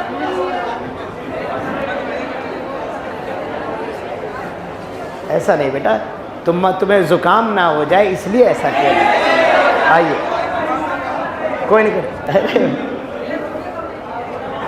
आओ आओ अच्छा, तुम लोग यार निशाचर प्रवृत्ति के लोग। प्लीज़ प्लीज़ ध्यान दें, मैं ये कह रहा था डायरेक्शन कैसे समझोगे। देखो ये माइनस 40 आई है, ये 40 j है, और जब ये बराबर बराबर वेक्टर होते हैं तो ये वाला आया है 40√2 और ये एंगल कितना हो जाएगा? बराबर बराबर है तो एकदम बीचों बीच जाएगा, बीचों बीच। ये पूरा 90 है तो ये दोनों क्या होंगे? 45 40। तो बेटा ये बताओ कौन सी डायरेक्शन है? नॉर्थ। ये कौन सी है? वेस्ट। तो नॉर्थ और वेस्ट के बीचों बीच नॉर्थ वेस्ट डायरेक्शन है। कौन सी डायरेक्शन है बेटा? नॉर्थ वेस्ट डायरेक्शन में फोर्स लग रहा है, नॉर्थ वेस्ट डायरेक्शन में फोर्स लग रहा है। अच्छा अगर आप इस तरह से बेटा आई और जे से अगर नहीं करना चाहते हो तो मैं आपको उसका भी तरीका बताता हूँ। पहले आप ये लिखो, डायरेक्ट वेक्टर से कर सकते हो, सीधे सीधे डायग्राम से ही पूरा कर सकते हो। अगर मतलब आप ये लिखना ना चाहो, अगर आप ये लिखना ना चाहो तो डायरेक्ट आप कर सकते हो।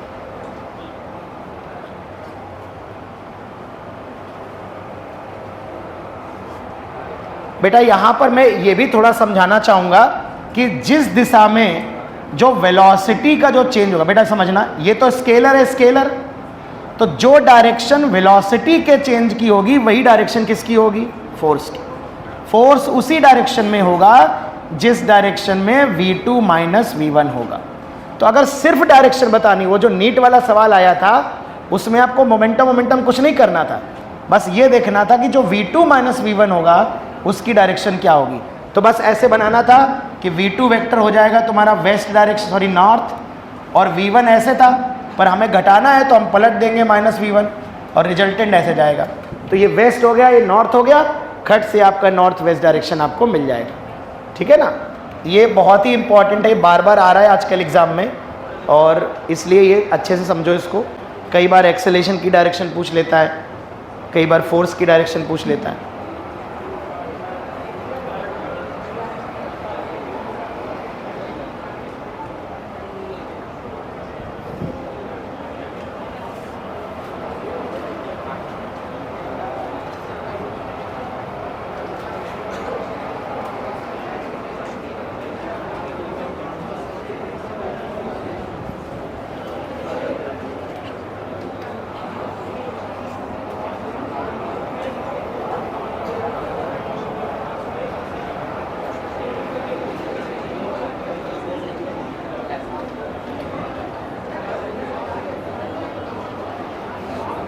बेटा ये 45 डिग्री कैसे आया, समझ गए ना?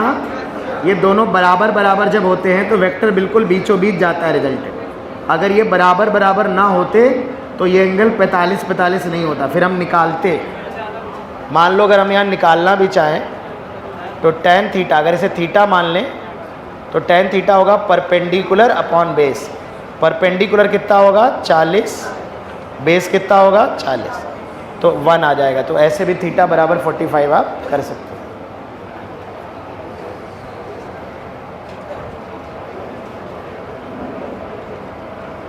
तो इसमें आपको ये सावधानी रखनी होगी कि ये जो आप P फाइनल P इनिशियल लिखते हो ये वेक्टर क्वांटिटी है, आप वैल्यू को सीधे सीधे घटा के जीरो नहीं कर सकते। अगर आपने मान लो ये V2 और V1 को 20 और 20 रख दिया, जीरो कर दिया, तो आप निपट गए, समझिए।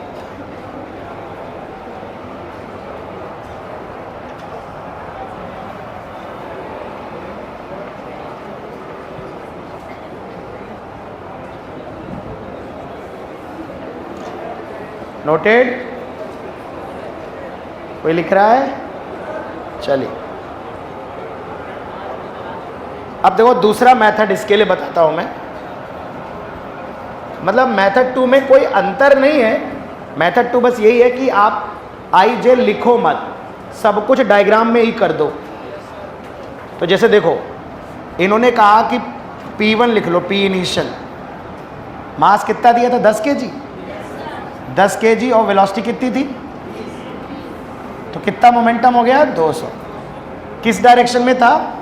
East direction. ये P इनिशियल है, इसकी वैल्यू है 200। P फाइनल कितना है? वो भी 200 है।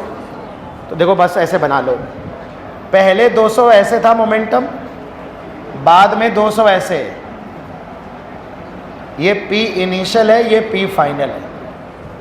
आपको P final minus P initial करना है, मतलब इस वेक्टर में इस वेक्टर को घटाना है, इसमें इसको घटाना है। तो पहले बाद वाले को बना लो, P फाइनल बना लो जो 200 है, इसको घटाना है। जिसको घटाते हैं उसको पलट के जोड़ते हैं, पलटते हैं, क्योंकि जब घटाते हैं तो डायरेक्शन रिवर्स हो जाती है, माइनस करना पड़ता है ना, माइनस करने से वेक्टर रिवर्स हो जाता है। तो ये माइनस P इनिशियल हो गया, ये P फाइनल हो गया, ये माइनस P इनिशियल हो गया, इसकी वैल्यू भी 200 ही हो गई। ये एंगल 90 हो गया। अब आप देखो ये 90 डिग्री कोण हो गया, तो बस ये आपको देखो ये 45 डिग्री आ जाएगा खट से, क्योंकि ये 200, ये भी 200, ये भी बीचों बीच आएगा। और अगर इसकी वैल्यू निकालोगे तो कितनी आएगी? 200√2, अंडर रूट 200 का स्क्वायर प्लस, भैया 90 डिग्री पे पता है ना भैया, भाई साहब ये कोण 90 डिग्री होता है, तो जो R की वैल्यू होती है वो क्या होती है भाई साहब? Under root A² plus B। ये बहुत बार आएगा, A square plus B square plus 2ab cos theta, और कॉस थीटा 90 है, तो कॉस 90 क्या हो जाता है 0, तो सिर्फ रह जाता है अंडर रूट। तो बेटा जब अंडर रूट के अंदर करोगे, अंडर रूट के अंदर जब बेटा 200 का स्क्वायर और 200 का स्क्वायर, तो ये पूरा 200 का स्क्वायर कॉमन आएगा बेटा, बाहर निकलेगा तो क्या हो जाएगा 200, अंदर क्या रह जाएगा √2। तो जब बाहर निकलेगा, बाहर 200 बेटा गलत इनडिसिप्लिन नहीं, बाहर 200 और अंदर क्या रह जाएगा √2। तो देखो 200 का स्क्वायर यहाँ से कॉमन आया, 200 का स्क्वायर यहाँ से कॉमन आया, 200 √2, तो इसकी वैल्यू आएगी 200 √2। और टाइम इंटरवल कितना है हमारे पास 5 सेकेंड। तो अगर फोर्स का मैग्नीट्यूड चाहिए तो 200 √2 मोमेंटम है, 5 सेकेंड का टाइम है, 5 चौको 20 40, 40 √2, यहाँ से भी आप आंसर निकाल सकते हो। और ये वेस्ट डायरेक्शन है, सॉरी ये वेस्ट है, ये नॉर्थ है, तो ये जो डायरेक्शन आएगी क्या आ जाएगी नॉर्थ वेस्ट डायरेक्शन। तो मतलब बेसिकली यही काम है कि हमने सारा का सारा कैलकुलेशन यही कर दिया, लेकिन इस कैलकुलेशन में ब्रेन ज़्यादा यूज़ होता है, दिमाग ज़्यादा यहाँ इस्तेमाल होता है, और दिमाग की कमी है तुम लोग के पास, इसलिए मैंने मेथड 1 तुमको पहले बताया कि आई जे ये चीज़ किया था। Very good. तो आई जे के क्या है ना, आसान होता है कि भाई इधर है तो आई कैप लिख दिया, इधर जे घटाना है घटा दिया, मैग्नीट्यूड ले लिया, वो चीज़ें आसान।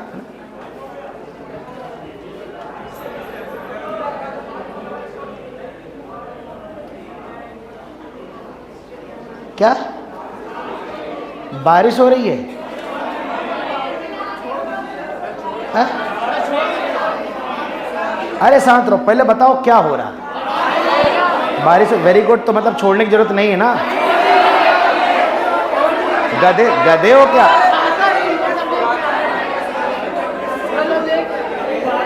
जो चाहता है क्लास छोड़ दी जाए वो समाज से अलग होकर यहाँ मेरे सामने खड़ा हुआ के मैं उससे एक सवाल पूछूंगा, अगर उसने सवाल का आंसर दे दिया तो मैं छोड़ दूंगा, ठीक?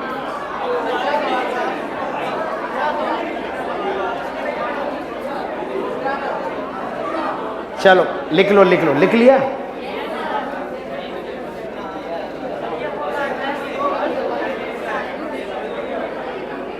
अरे हो भी रही तो मुझे क्या करना है यार, बारिश से क्लास का कोई लेना देना नहीं।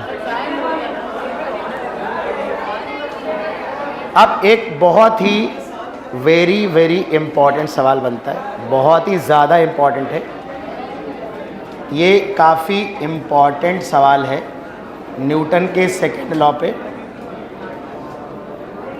बेटा बातचीत नहीं। बेटा हमारे पास ये एक दीवार है, बेटा, इस दीवार से एक बॉल टकराती है, एक बॉल कोलाइड करती है, और जब वो दीवार टकरा रही है बेटा तो ऐसे टकरा रही इस दिशा में, टक्कर के एक क्षण पहले उसकी वेलोसिटी बेटा v है, और वो जो नॉर्मल है, नॉर्मल मतलब दीवार का जो परपेंडिकुलर है उससे थीटा एंगल पे बेटा टकरा रही है, और वो थीटा एंगल पे ही रिबाउंड कर जा रही है, सेम वेलोसिटी से रिबाउंड कर रही है। बेटा बात नहीं, सवाल बेहद अच्छा है। और ये बेटा जो है ना, ये फिक्स्ड वॉल है, फिक्स्ड वॉल।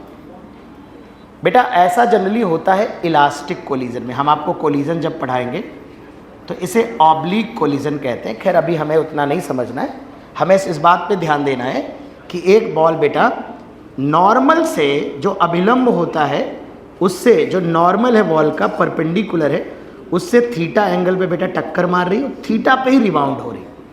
जितनी स्पीड से टकरा रही है उतनी स्पीड से रिबाउंड हो रही है। इस लाइन को बेटा आप एक्स एक्सिस मान सकते हो, दीवार को वाई एक्सिस मान सकते हो, ठीक है? तो और दीवार के कांटेक्ट में जब ये बॉल रह रही है तो थोड़ी सी देर तक रह रही है, और उस टाइम की वैल्यू है डेल्टा टी। डेल्टा टी कुछ भी हो सकता है। तो मैं आपसे कहूँगा कि बॉल रिमेन्स in contact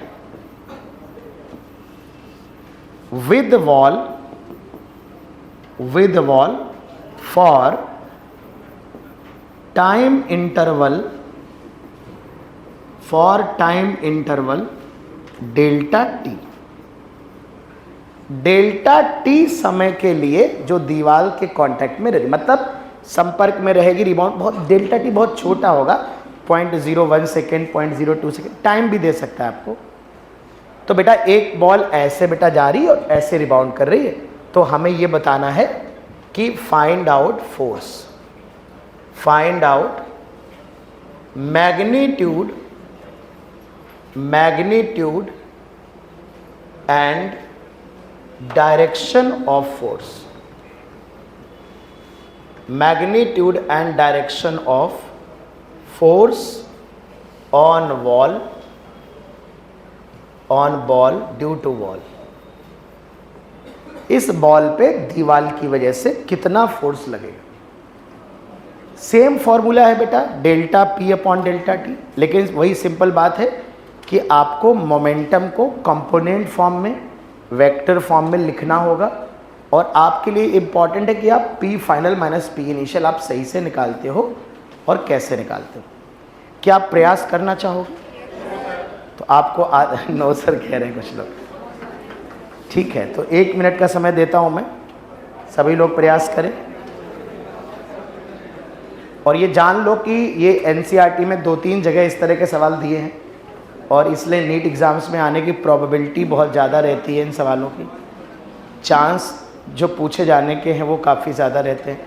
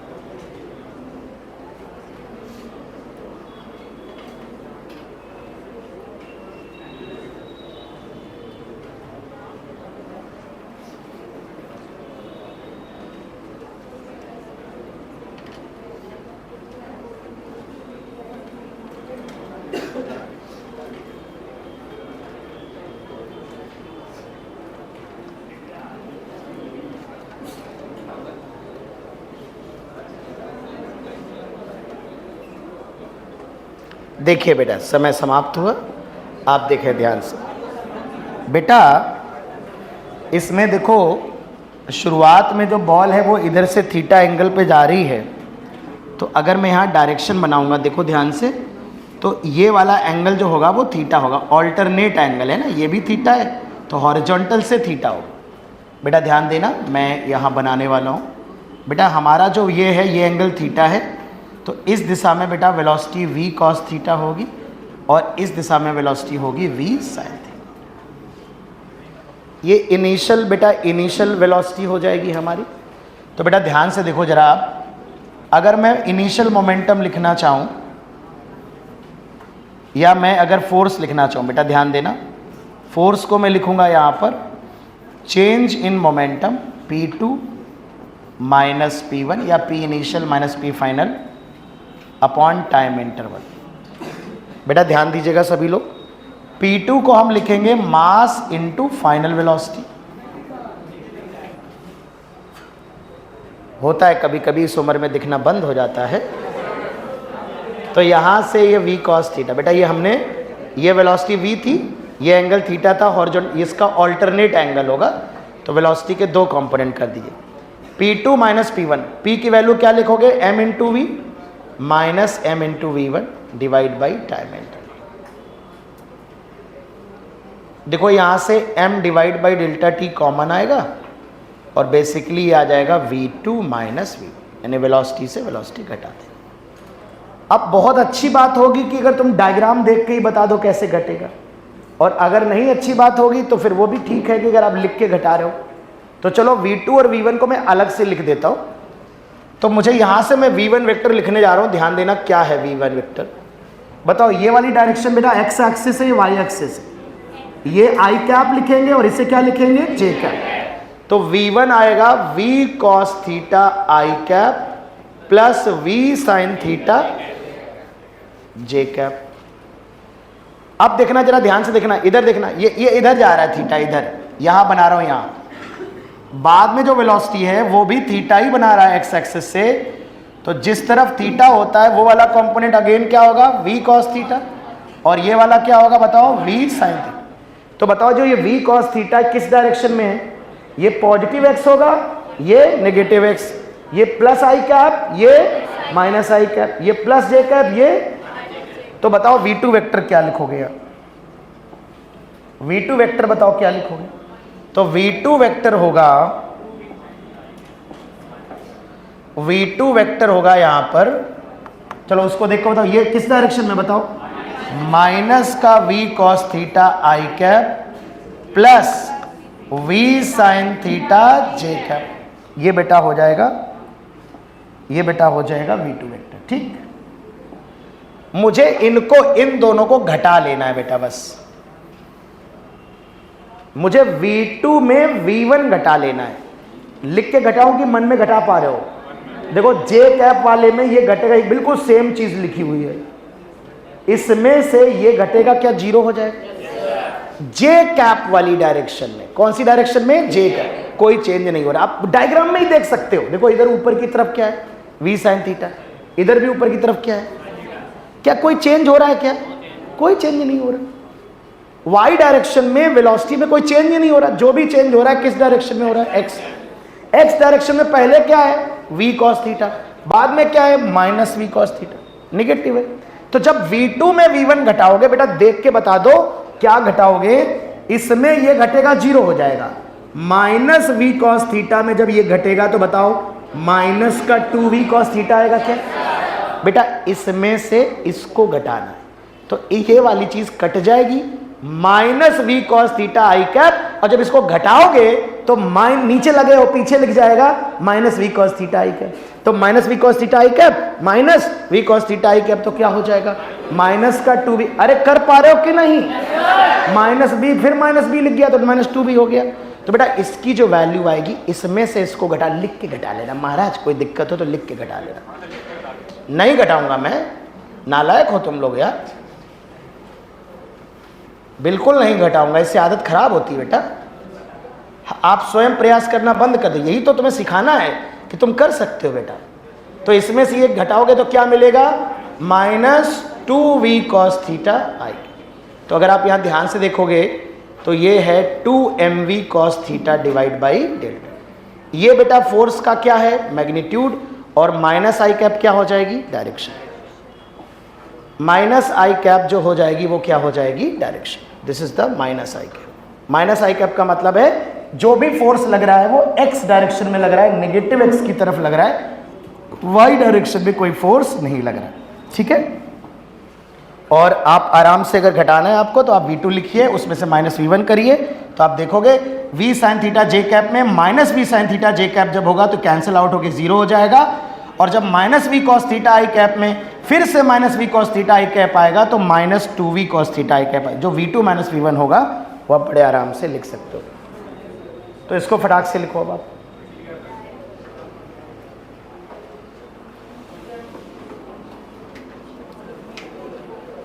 और इस तरह से अगर हमें लिख के नहीं घटाना है तो हम डायग्राम से कैसे घटाएंगे मैं वो भी आपको बताऊंगा अभी,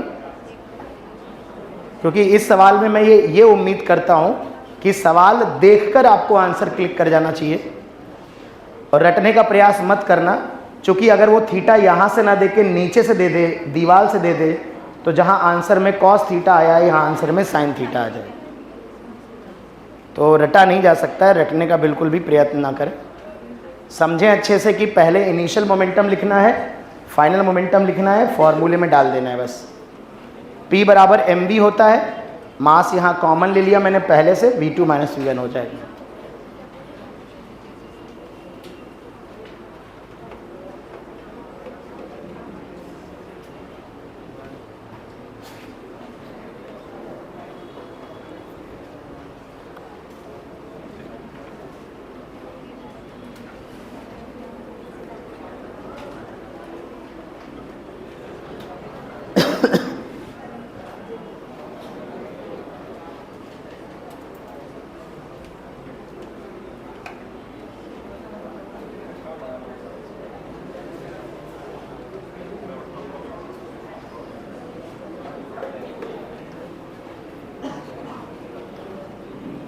तो फिर से एक बार देख लो मैंने क्या किया बेटा, जो इनिशियल वेलोसिटी है ये एंगल थीटा है तो ये भी थीटा होगा, तो इसके दो कंपोनेंट किए v cos थीटा, जिस तरफ थीटा है वो cos, उसके perpendicular sine v cos theta v sin theta, तो इनिशियल वेलोसिटी होगा v cos थीटा, ये i कैप है, v sin theta j cap.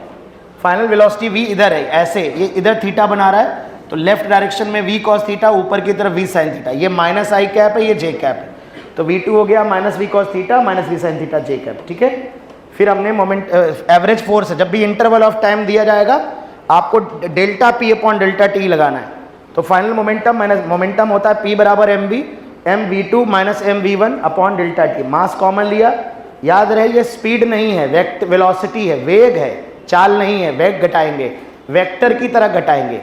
Triangle law लगाइए, पैरेललोग्राम लॉ लगाइए, कंपोनेंट करिए, हमने कंपोनेंट करके घटाया है, तो हमने जब v2 में इसमें जब इसको घटाया तो j कैप वाला j कैप वाले से कैंसिल आउट हो गया, क्योंकि सेम साइन का है, तो जब घटाएंगे तो इसमें ये चीज़ माइनस हो जाएगी, लेकिन जब नेगेटिव में पॉजिटिव घटाएंगे तो नेगेटिव माइनस नेगेटिव फिर नेगेटिव हो जाएगा, वही हो गया ना, -5 में अगर 5 घटाओगे तो -5 -5 तो माइनस का 10 हो जाएगा।